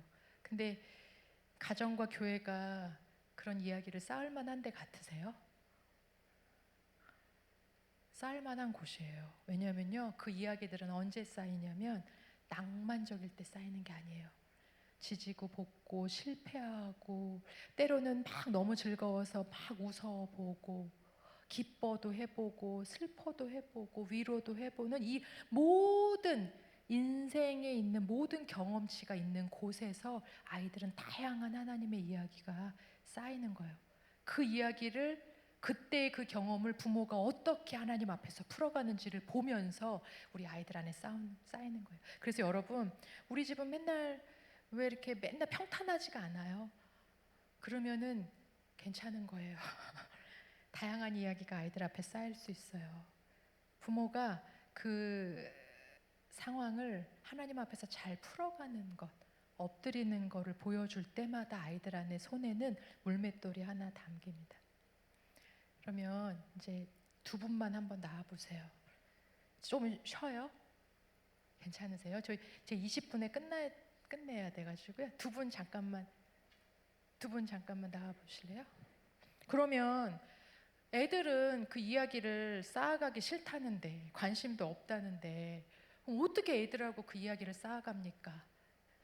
오늘 5가지 한번 팁을 여러분과 한번 나눠보려고. 저도 지금 집에서 많이 연습하고 있는 거거든요. 아이들과 부모는요, 전혀 다른 나라라고 생각하셔야 돼요. 여기서부터 이걸 잘 기억하세요. 이미지를 잘 생각하시는 거예요. 저는 부모고 여기 아이가 한 명 있어요. 근데 얘랑 저는요, 전혀 다른 국가입니다. 국가. 그걸 생각해 보시고 가는 거예요. 여러분, 제가 만약에 지금 이제 미국에서도 좀 그런 비자 문제 때문에 되게 좀 힘들고 억울한 일이 있었잖아요. 근데 제가 만약에 저 아이에게 하나님의 이야기를 같이 쌓아가고 싶어서 이제 간다고 생각을 해보세요.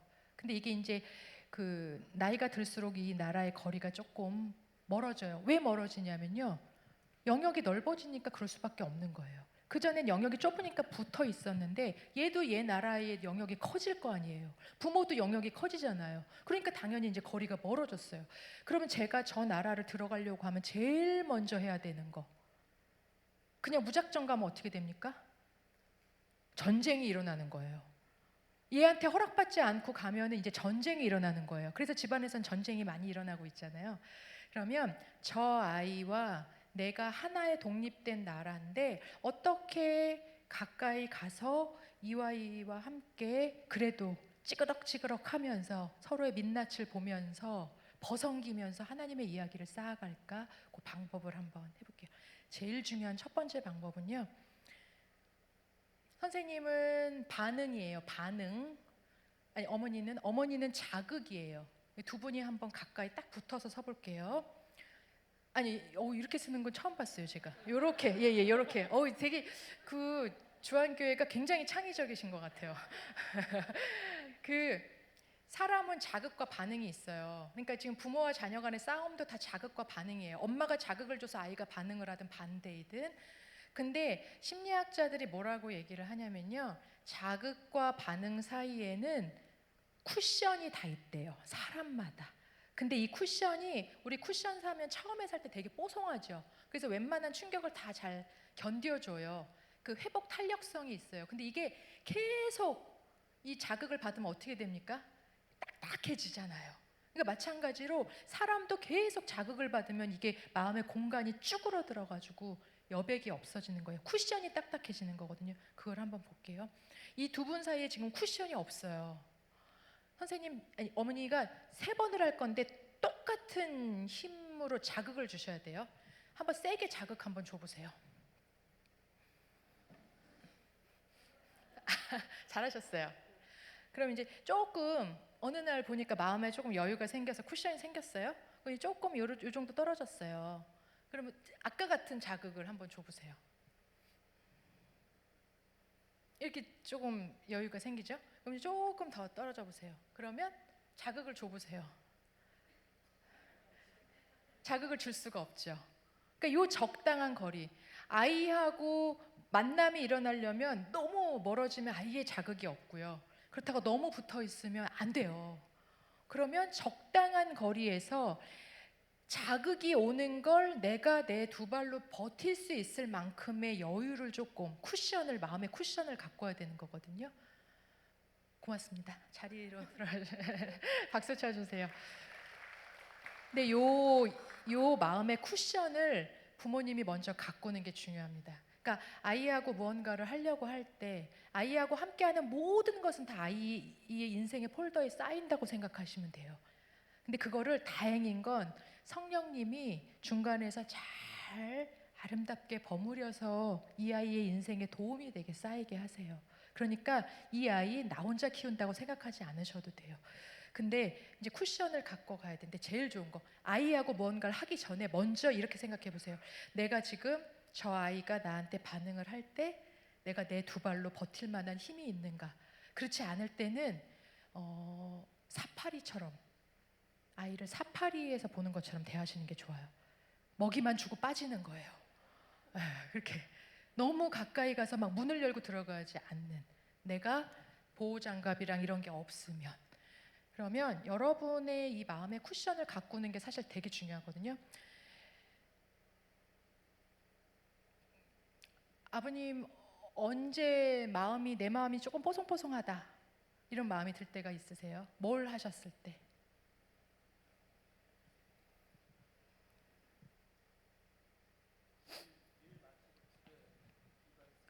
일 마치고 집에 귀가했을 때 항상 그러세요?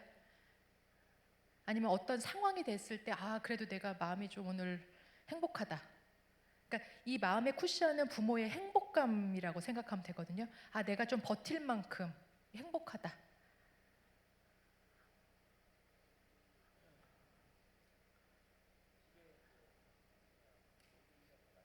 네. 일을 다 마치고 가족들 얼굴 봤을 때 그 마음이 좀 행복하시다고요. 예, 굉장히 가정적이시네요. 네. 우리 같이 사시는 거죠. 언제 행복하세요?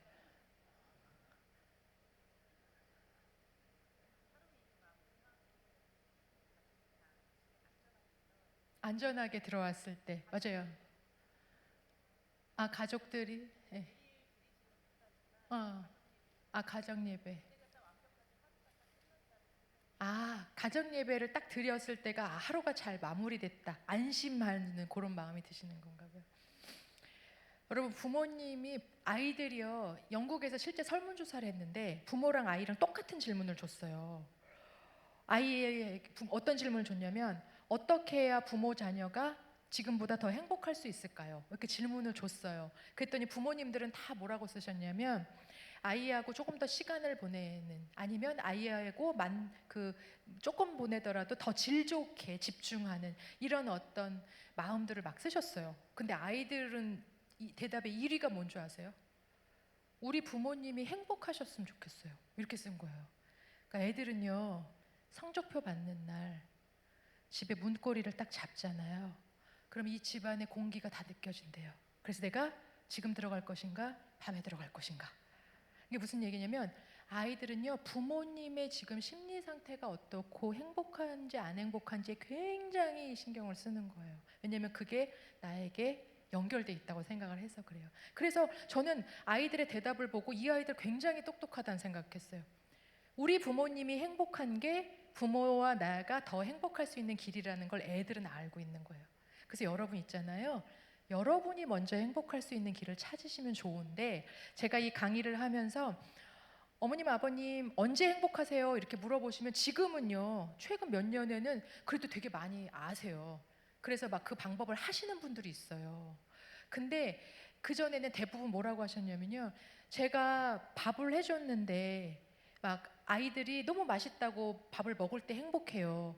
아버지들이, 어머니들이 저기 퇴근하고 집에 왔는데 애들이 막 강아지들처럼 나와서 막 왔어요 이렇게 해주면 너무 행복하대요. 근데 여러분, 그게요, 유치원 애들은 돼요. 근데 청소년 돼 보세요. 애들이 맛있어도 맛있다고 해주나요? 안 해요. 애들이 이상하게요. 분명히 맛있어 하는데 얼굴이.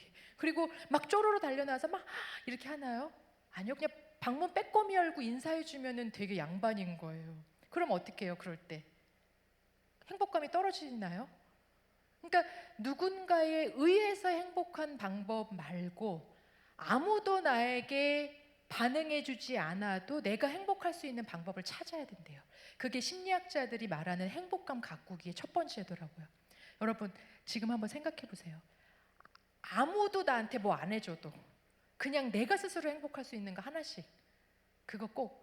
저희 다세연에서 포천에 한번 부모 교육 갔는데 되게 오래된 얘기거든요. 거기에 조선 가정이었던 할머니가 아이를 되게 힘들게 키웠어요. 근데 이 할머니 굉장히 지혜로우신 게, 이 강의를 하고 혹시 행복감 가꾸는 방법 있으신 분 하고, 근데 이분이 손 들었어요. 그러면서 뭐라고 하셨냐면, 저는 한 달에 2만 원을 딱 저한테 투자합니다. 그때 당시에 목욕탕에 가면 때를 밀어주는 세신사분들 계시잖아요. 그 때를 딱 밀고 끝나고 나서 그 바나나 우유를 딱 먹으면 2만 원이었대요. 그래서 그거를 어렵지만 나를 위해서 꼭 투자를 한대요. 왜냐하면 그렇게 해야 한 달 동안 손녀를 볼 수 있다는 거예요. 아무도 누가 해주지 않아도 되는 거잖아요. 내가 주도적으로 할 수 있는. 여러분, 그거 하나씩 찾으시면 좋겠어요. 그게 두 번째. 그 마음을 가졌어요. 저 청소년이 있어요. 그래서 저 나라에 이제 가봐야겠다. 오늘 내 마음에 쿠션이 괜찮다. 그래서 갔어요. 가서 이제 똑똑똑하고 어떤 방식으로든 아이하고의 뭔가 교류를 가지려고 했어요. 그럼 이 아이가 이렇게 딱 쳐다보고 엄마네 하고 문을 닫아버렸다고 쳐보세요. 아빠네? 그러면 나는 행복하지만 아이가 거절할 수 있잖아요. 그러면 마음이 어떻습니까? 굉장히 힘들거든요. 그럼 이제 그때 쓸 수 있는 두 번째 방법, 많이 들어보셨을 거예요. 호흡하기인데요. 이게 실제로 굉장히 효과가 있대요. 에스키모인들은요, 너무 지치고 힘들면 이 방법을 쓴대요. 그 갯벌이 쫙 있는 바다가 있잖아요. 그러면 그 물이 이렇게 빠졌을 때 이 에스키모인들은 막대기를 하나 들고 괴롭고 힘든 일을 가지고 그 막대기를 가지고 계속 걷는데요. 그러면서 생각을 하는 거예요. 내가 왜 힘들고 내가 이 상황을 어떻게 펼쳐나가야 되고 막 고민을 한대요.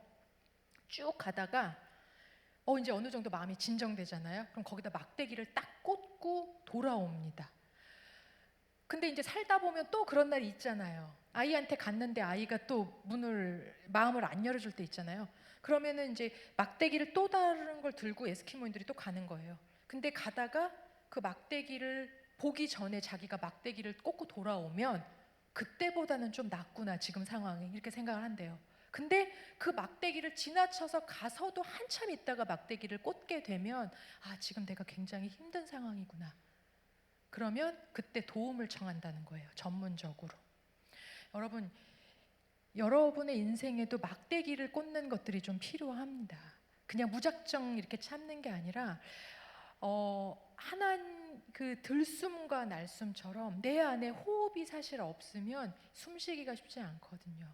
그래서 여러분 만약에 그런 일이 되면 그래 잠깐 하원 템포 멈추고 막대기를 하나 들고 내가 지금 왜 이렇게 힘들지? 내가 지금 뭐 때문에 힘들지? 이 상황을 어떻게 해가야 되지? 그걸 이제 이렇게 에스키모의 막대기를 생각하고 해보시는 거예요. 그러면서 마음에 하나님 내가 뭐가 지금 이렇게 힘든 건가요? 이런 것들을. 그런데 이게 점점 막대기가 멀리 놔지고 아무리 해도 꽂을 데가 없고 이러면 이제 그때는 우리도 전문적인 상담이나 그런 돌봄이 필요할 때가 옵니다. 그렇게 했어요. 그러고 이제 아이한테 갔어요. 다시 이제 마음을 좀 추스리고 갔어요. 이제 호흡을 했잖아요. 근데 여기서 중요한 게 하나 있습니다. 아이가 문을 딱 닫았을 때 마음을 안정시키기 위해서 이제 호흡을 하는데 주의해야 될 거는 아이 앞에서 하면 안 됩니다. 어머 뭐 하는 거야? 그럼 아니야. 이렇게 멀리 막대기를 가지고 조금 그게 뭐냐면요. 잠깐 멈추고 거리를 띄우는 거예요. 그러고 나서 이제 아이한테 갔습니다. 세 번째로. 아이가 이제 문을 열어줘야 되잖아요. 근데 아까 제가 독립적인 국가라고 했잖아요. 그러면은 제가 이 아이한테 가고 싶으면 이 아이한테 허락을 받아야 되잖아요. 그냥 들어가면 전쟁을 선포한 거잖아요. 우리가 다른 나라에 갈 때 무슨 뭘 받아서 허락을 이제 받습니까? 요즘 문제되는 그 비자를 받잖아요. 통행증이죠.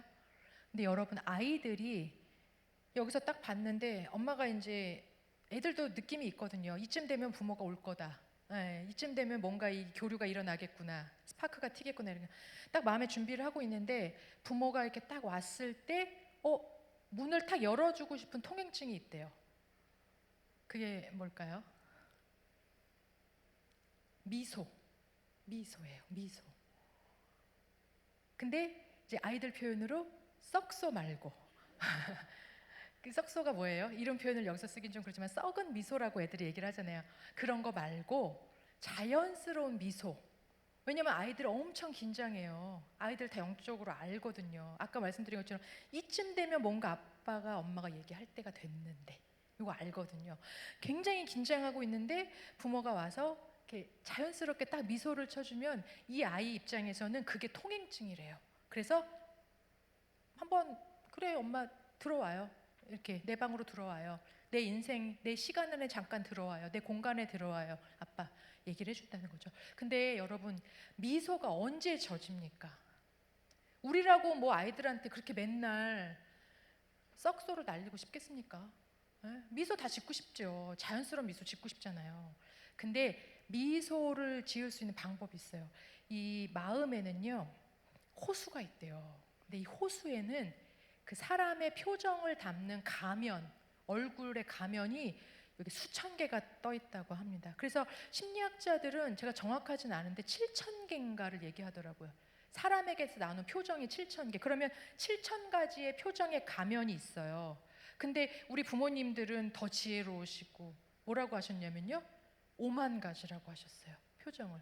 뭐라고 합니까? 또 왜 5만 가지 잡상을 쓰고 있냐? 이렇게 얘기하잖아요. 사람의 표정이 그렇게 다양해요. 근데 우리가 그때마다 마음의 호수에서 자기가 이 표정을 길어다가 얼굴에다 장착하고 그 사람을 만나는 거거든요. 근데 대체로 이렇게 아주 사무적인 관계라면 의식적으로 표정을 갖다가 쓰겠죠. 근데 사무적인 관계가 아닌 이런 일반적인 편안한 그런 관계는 무의식적으로 그 표정을 갖다 씁니다. 그래서요, 왜 다른 사람들, 애들이 그러잖아요. 다른 사람들 만나면 그렇게 웃으면서 왜 내 앞에서 집에서는 표정이 그래? 이게 집에서는 보통 무의식적인 표정을 갖다 쓰거든요. 내가 주로 잘 쓰는 표정이 있습니다. 근데 그 표정을 자연스러운 미소로 할 수 있는 방법이 하나 있더라고요. 이게 뭐냐면 네 번째인데요. 아이들에게 좋은 이름표를 붙여주는 겁니다. 제가 한번 여러분에게 이걸 설명하면서 질문을 해볼게요.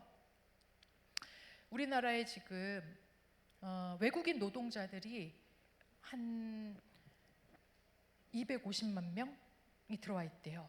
이게 이제 통계적으로요 들어와 있는 거예요. 근데 전문가들은 뭐라고 하냐면 통계에 잡히지 않는 사람들까지 하면 그보다 훨씬 많을 거고 몇 년 안에 한 500만 명 정도가 될 거다 얘기를 합니다. 그럼 10명 중에 1명이 외국인 노동자들일 수 있는 거죠. 그런데 우리나라에서 이 외국인 노동자들에게 공식적으로 붙이는 이름표가 2개가 있어요. 하나는 우리 잘 아는 뭐 있죠? 그러니까 합법적으로 들어오지 않은 사람을 말하는 겁니다. 불법 체류자라는 이름이 있어요. 그리고 또 하나, 요즘에는 더 자주 쓰는 이름표인데요. 미등록 외국인이라고 불러요. 지금은.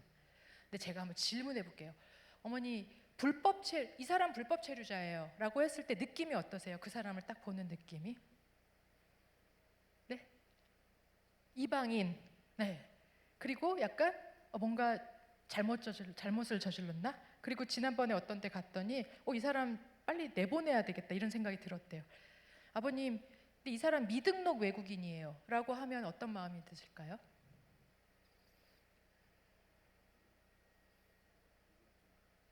네?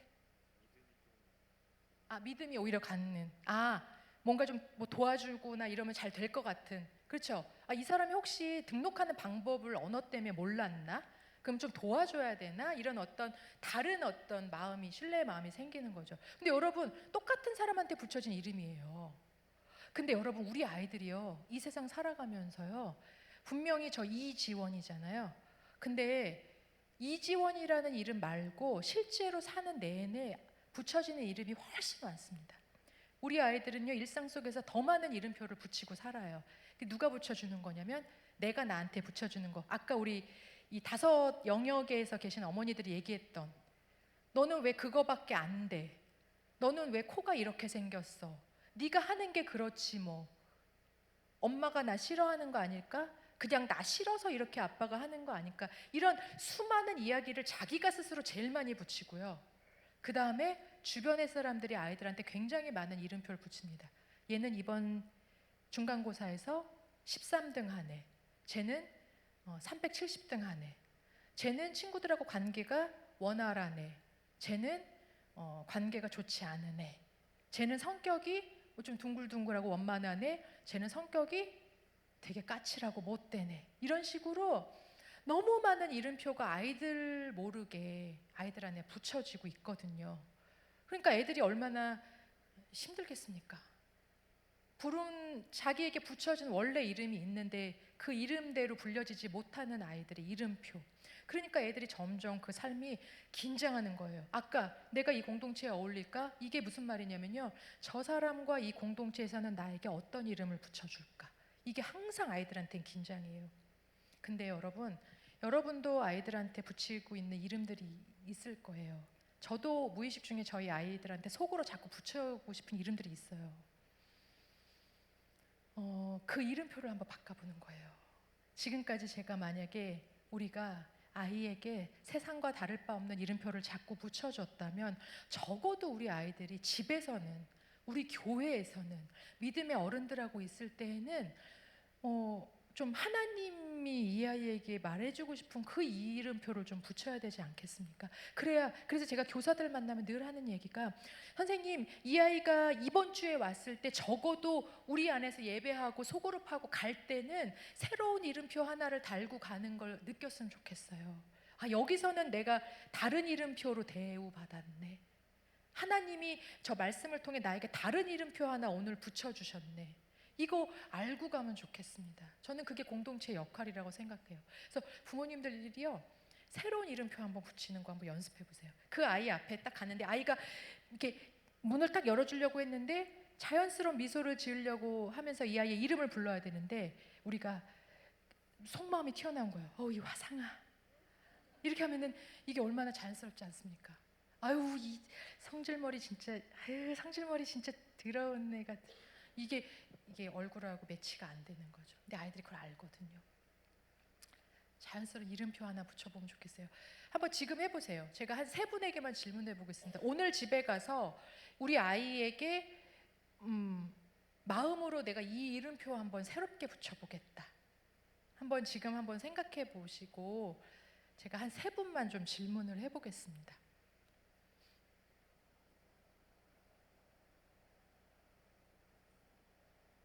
아이에게 자연스러운 미소를 줄 수 있는 이름표.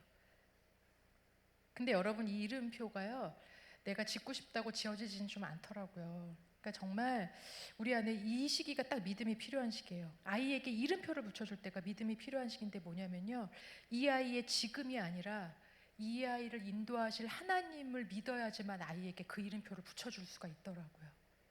그럼 한번 제가 질문해 보겠습니다. 우리 아버님 옆에 계신 어머님, 아이에게 뭐라고 이름표 한번 붙여보고 싶으세요?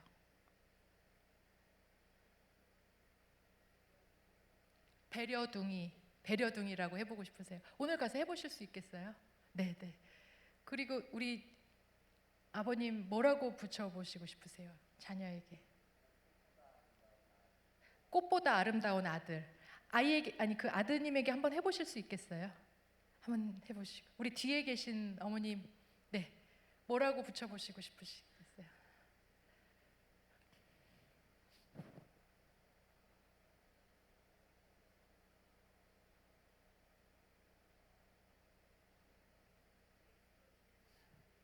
요즘 백수로 지내는 아들이. 오, 너무 좋네요. 집안일을 잘 도와주고 있어요. 뭐라고 붙일까요, 그러면? 우리 집 요리사.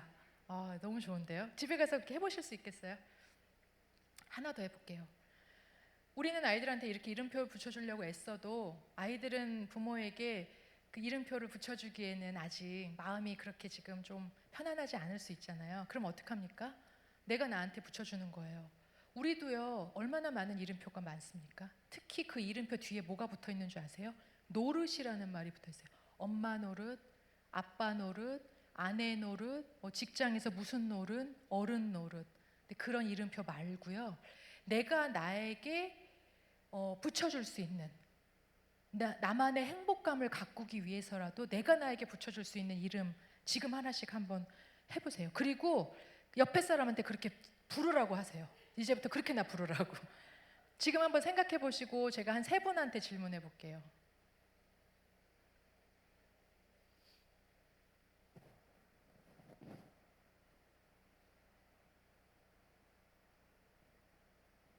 질문해 보겠습니다.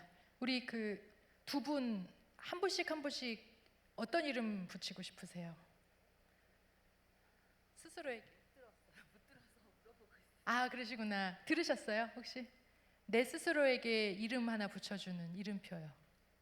뭐라고 붙여주고 싶으세요?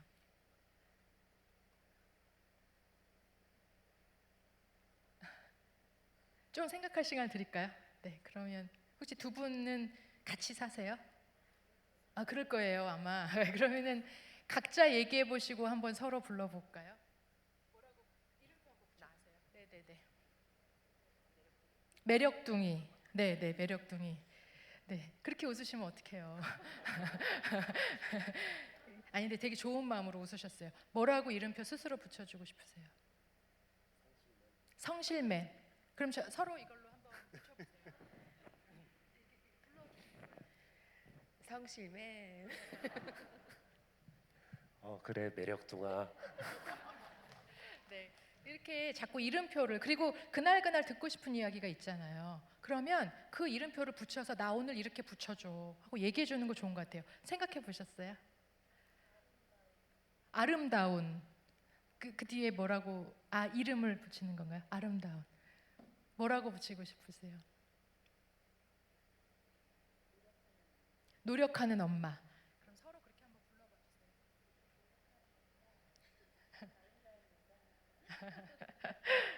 외로우 여기까지 왔으니까 아버님은 뭐라고 이름표 붙이면 좋을까요?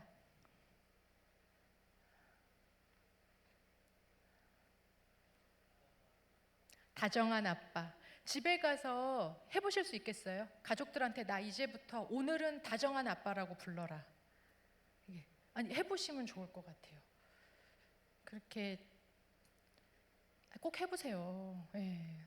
그 정도 하셔도 돼요. 우리가 얼마나 애쓰고 있습니까? 마지막으로는요.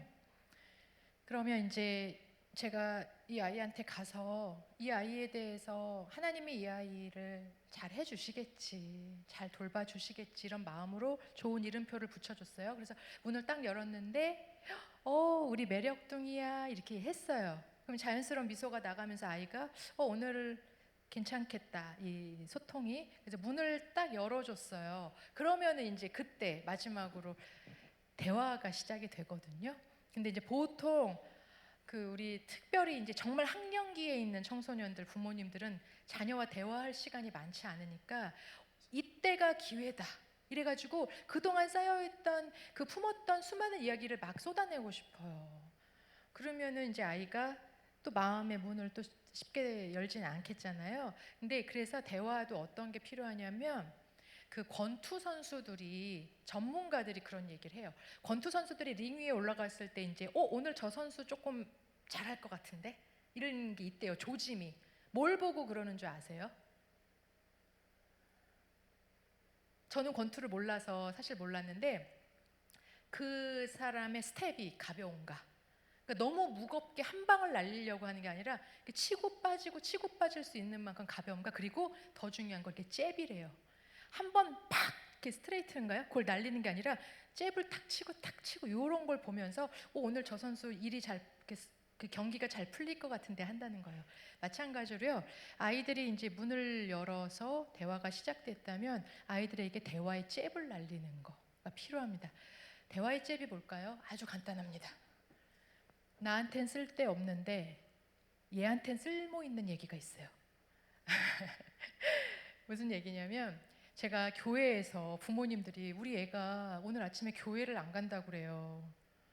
그러면서 얘 교회 안 다니게 되면 어떡해요? 이거 걱정 많이 하시거든요. 근데 제가 우리 아이가 그런 걸 보면서 막 알았어요.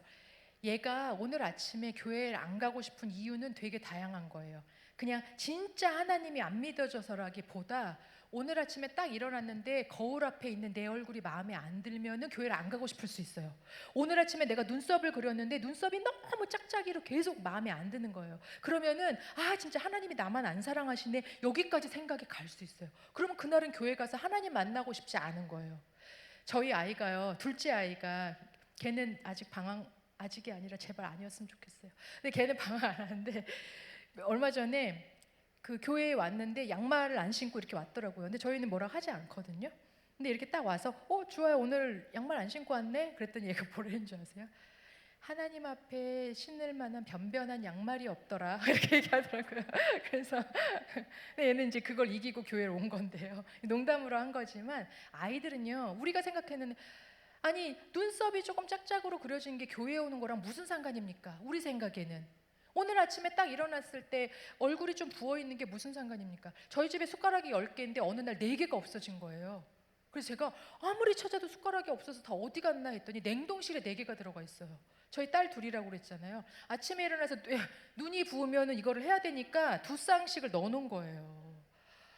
그래서 근데 걔네들은 그게 중요하거든요. 근데 아이들은요 잘 살피면 우리가 생각하기에는 되게 쓸데없는 것 같은데 아이한테는 너무 신경 쓰이는 중요한 것들이 있어요. 이거는 어떻게 알 수 있냐면 애정 어린 마음으로 사실 관찰을 해야 보이더라고요.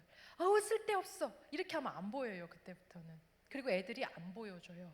근데 관심을 가지고 쟤는 저게 되게 신경 쓰이나 보다.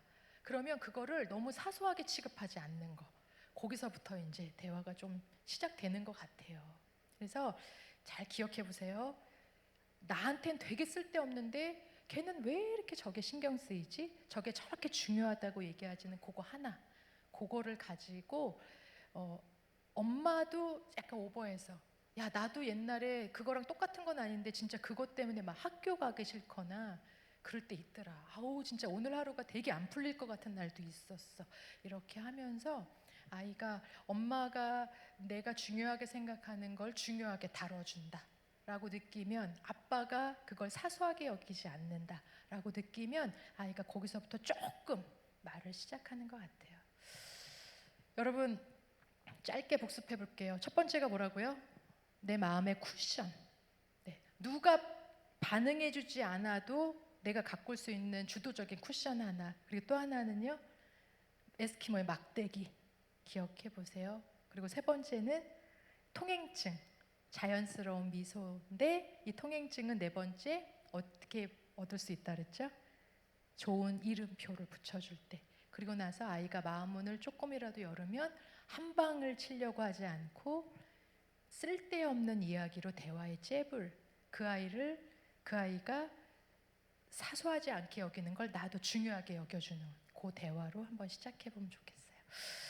네, 제 강의는 여기까지입니다. 들어주셔서 고맙습니다.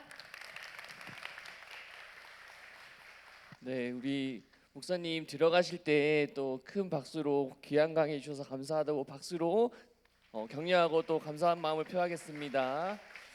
감사합니다. 네, 오늘 저희가 이 자리에 모여서 많은 것을 배우고 많은 것을 느꼈을 줄로 압니다. 느끼고 배우는 것에서 그치는 것이 아니라 삶의 자리에서도 그렇게 배운 대로 잘 살아내는 여러분들 되시기를 소망합니다. 이 시간 우리가 같이 모인 김에 같이 기도하는 시간을 잠깐 가졌으면 좋겠습니다. 우리 아이들을 위해서, 또 가정을 위해서, 부모님들 위해서 이 자리에 모였는데 우리가 함께 기도하는 시간 가질 텐데, 찬송 하나 하고 같이 기도하도록 하겠습니다. 우리 아까 전에 했던 찬양인데요, 은혜 아니면 오직 예수뿐이네 찬양입니다. 은혜 아니면 우리가 이 자리에 서 있을 수도 없을 뿐더러 우리가 하나님께서 우리에게 맡겨주신 부모로서의 자리를 우리가 지킬 수 없을 줄로 압니다. 그뿐만 아니라 우리가 교사로서 이 자리에 앉아 있는 것 또한 하나님의 은혜인 줄로 압니다. 우리 오늘 이 찬양하실 때 하나님께서 우리를 이 자리로 불러주시고 우리 자리를 이 자리로 세우셨다는 것을 잘 다시 한번 생각하며 찬양했으면 좋겠습니다. 우리 은혜 아니면 살아갈 수 없네 함께 찬양하겠습니다. 은혜 아니면 살아갈 수가 없네. 은혜 아니면 살아갈 수가 없네. 호흡마저도 다 주의 것이니 세상 평안과 위로 내게 없어도 예수 오직 예수. 우리 다시 한 번 더 찬양하겠습니다. 은혜 아니면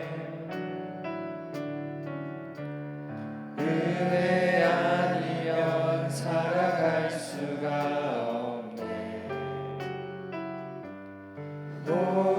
호흡마저도 다 주의 것이니 세상 평안과 위로 내게 없어도 예수 오직 예수뿐이네. 크신 계획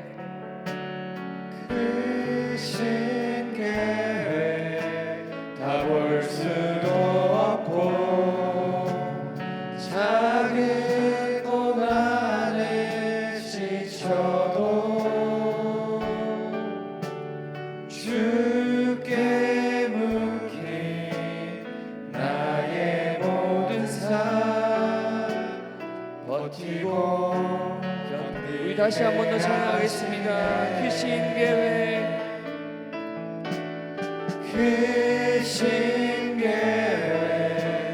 다 볼 수도 없고 작은 고난에 지쳐도 주께 묶인 나의 모든 삶 버티고 견디게 하시네. 우리 시간 같이 기도했으면 좋겠습니다. 우리 시간 기도할 때 먼저는 부모와 가정의 정체성을 회복을 위해서 함께 기도했으면 좋겠습니다.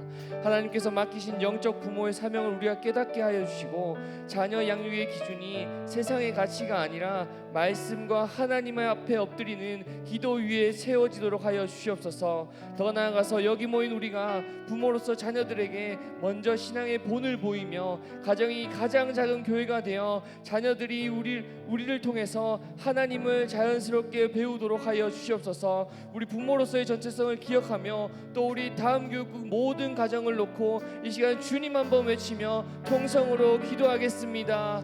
주님 오늘 교육을 놓고 기도합니다. 이 시간 함께 우리 부모의 사명을 깨달을 수 있게 도와주시옵고 하나님 우리의 가치관이 세상의 가치관이 아니라 하나님의 말씀 위에 세워질 수 있는 우리 부모들이 될 수 있고 교사들이 될 수 있도록 주님 인도하여 주시옵소서. 우리가 다른 것들을 힐끔거리는 것이 아니라 하나님 앞에 무릎 꿇고 기도하는 우리가 삶이 될 수 있도록 주님 인도하여 주시옵소서. 그리하여 우리 가정이 하나님이 세우신 가장 작은 교회로 세워질 수 있도록 주님 인도하여 주시옵소서. 그리하여 우리 자녀들이 하나님의 말씀을 배우고 하나님의 자녀로 세워질 수 있도록 주님 은혜 위에 은혜를 더하여 주시옵소서. 우리가 이 자리에 서 있는 것 또한 하나님의 은혜입니다. 그것을 잊지 않는 우리의 부모로서 우리 교사로서의 정체성을 회복할 수 있도록 주님 인도하여 주시옵소서. 그리하여 우리 모든 가정이 우리 모든 교육국이 모든 자녀들이 하나님 위에 은혜 위에 은혜로 세워질 수 있도록 주님 인도하여 주시옵소서. 그리하여 우리 모두가 온전히 주님 바라보며 걸어갈 수 있는 주 안의 모든 가정과 주 안의 모든 교육국과 모든 가정이 될 수 있도록 주님 역사하여 주시고 인도하여 주시옵소서. 우리는 아무 능력도 없고 아무 힘도 없습니다. 그러나 주님과 동행함으로 주님 앞에 무릎 꿇고 기도함으로 하나님이 우리 가운데 채우시는 하나님이 우리 가운데 은혜를 채우시는 것을 경험하며 걸어갈 수 있는 주 안의 모든 가정이 될 수 있도록 주님 인도하여 주시옵소서. 주님 함께하여 주시옵소서. 우리 다음으로 한 가지 더 위해서 기도했으면 좋겠습니다. 우리 이번에 기도할 때는 자녀들과 다음 세대를 위해서 기도했으면 좋겠습니다. 우리 자녀들이 세상에서 흔들림 속에서 하나님의 자녀됨을 붙들게 하여 주시옵소서. 믿음 위에 자신의 미래를 세우도록 주님 인도하여 주시옵소서. 우리 주한성전 모든 다육종들이 모든 다음 세들이 계획에서 흔들릴지라도 결국엔 하나님 안에서 잘 성장하여서 나라와 민족을 섬기고 하나님 나라의 일꾼으로 세워지도록 주님 인도하여 주시옵소서. 우리 다음 세대와 우리 자녀들을 놓고 주님 한번 부르고 함께 기도하겠습니다. 주님 사랑이 많으신 하나님, 우리 자녀들과 다음 세대를 주님께 올려드리며 함께 기도합니다.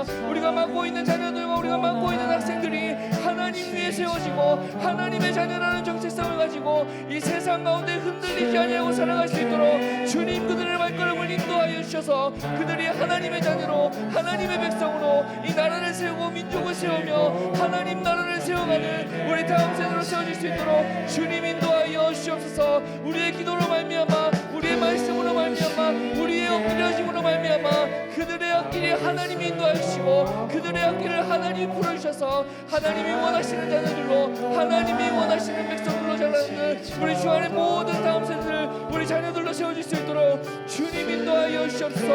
우리는 부족하지만 우리는 할 수 없지만 하나님이 함께 하시고 하나님이 세우시며 모든 것들 이루어질 줄로 믿고 나아가오니 주님 인도하여 주시옵소서. 우리 마음 가운데 그 믿음을 부어주셔서 기도할 수 있게 도와주시옵고 하나님 앞에 엎드리는 부모로 하나님 앞에 엎드리는 교사로 세워질 수 있도록 주님 인도하여 주시옵소서. 주님 온전히 붙들어 주시옵소서. 주님 함께하여 주시옵소서.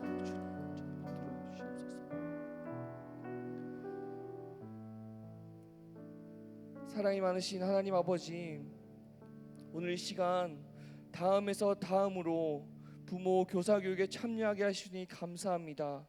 특별히 부모로서의 정체성을 다시 한번 생각하게 하셨으니 부모로서 맡기신 자녀들을 잘 양육하게 하여 주시옵소서. 특별히 여기 모인 우리가 먼저 신앙의 본이 되지 않으면 우리 자녀들을 믿음을 전할 수 없음을 고백합니다. 부모된 우리가 교사된 우리가 먼저 하나님을 경외하며 말씀과 기도로 서게 하시고 부모다움, 교사다움을 회복하여 우리 삶이 우리 자녀들 다음 세대로 이어질 수 있도록 주님 인도하여 주시옵소서. 그래야 우리의 가정마다 믿음이 회복되게 하시고 믿음의 가정으로 하나님이 주목하시는 가정이 되게 하여 주시옵소서. 특별히 이 자리에 부모뿐만 아니라 교사들도 함께 하였습니다. 영적 부모의 마음으로 하나이 하나이를 품을 수 있게 하시고 교육국 섬기는 헌신이 단순한 봉사가 아니라 하나님의 나라를 세워가는 거룩한 사명이 되게 하여 주시옵소서. 오늘 배우고 깨닫는 은혜가 단지 이 자리에서 끝나는 것이 아니라 가정과 교회 현장에서 살아 역사하시는 믿음의 결단이 되게 하여 주시옵소서. 기도한 모든 것들을 이루실 주님을 의지하며 우리 자녀들과 다음 세대를 주님 손에 맡겨드리오며 우리를 너무나 사랑하시고 우리를 끝까지 사랑하시는 예수 그리스도 이름으로 기도드립니다. 아멘. 오늘 우리 다음에서 다음으로 부모 교육 행사에 참여해 주셔서 너무나 감사합니다. 오늘 이제 곧 나가실 텐데 광고 몇 가지만 하고 나갔으면 좋겠습니다. 네, 먼저 들어오실 때 받은 간식들은 잘 정리해서 나가 주셔야 합니다. 저희가 내일 이 자리에서 예배가 드려지기 때문에 잘 정리하셔서 나가 주셨으면 좋겠습니다. 그리고 들어오실 때 받으신 볼펜 있으시죠? 볼펜도 잘 반납해 주시면 감사하겠습니다. 그리고 한 가지 더 광고할 것은 다음 주에 이 자리에서 부모 교사 교육이 이루어집니다. 부모님들 참여하실 수 있으실까요? 참여하실 수 없으실까요? 오셔도 돼요. 절대 막지 않으니까 부모님들도 듣고 싶은 분이 있으시면 참여하셔서 같이 들어주셔도 됩니다. 그리고 마지막 광고로는 우리가 함께 단체 사진을 찍으려고요. 저희 뒤에 보시면 우리 친구들도 밑에서 앉아 있다가 놀고 있다가 이 자리에 사진 찍으러 같이 올라왔어요. 우리 같이 사진 찍을 텐데 여기 두 분단에 다 앉으시고 너무 뒤에 계신 분들은 앞으로 당겨주셔서 사진 촬영을 하도록 하겠습니다. 우리 친구들도 여기 앞으로 와서 같이 찬양하시고 우리 찬양팀도 우리 강사님도 여기 맨 앞자리로 목사님도 같이 앉아주시면 좋을 것 같습니다. 우리 같이 모여서 사진 촬영 후 퇴장을 하도록 하겠습니다. 네.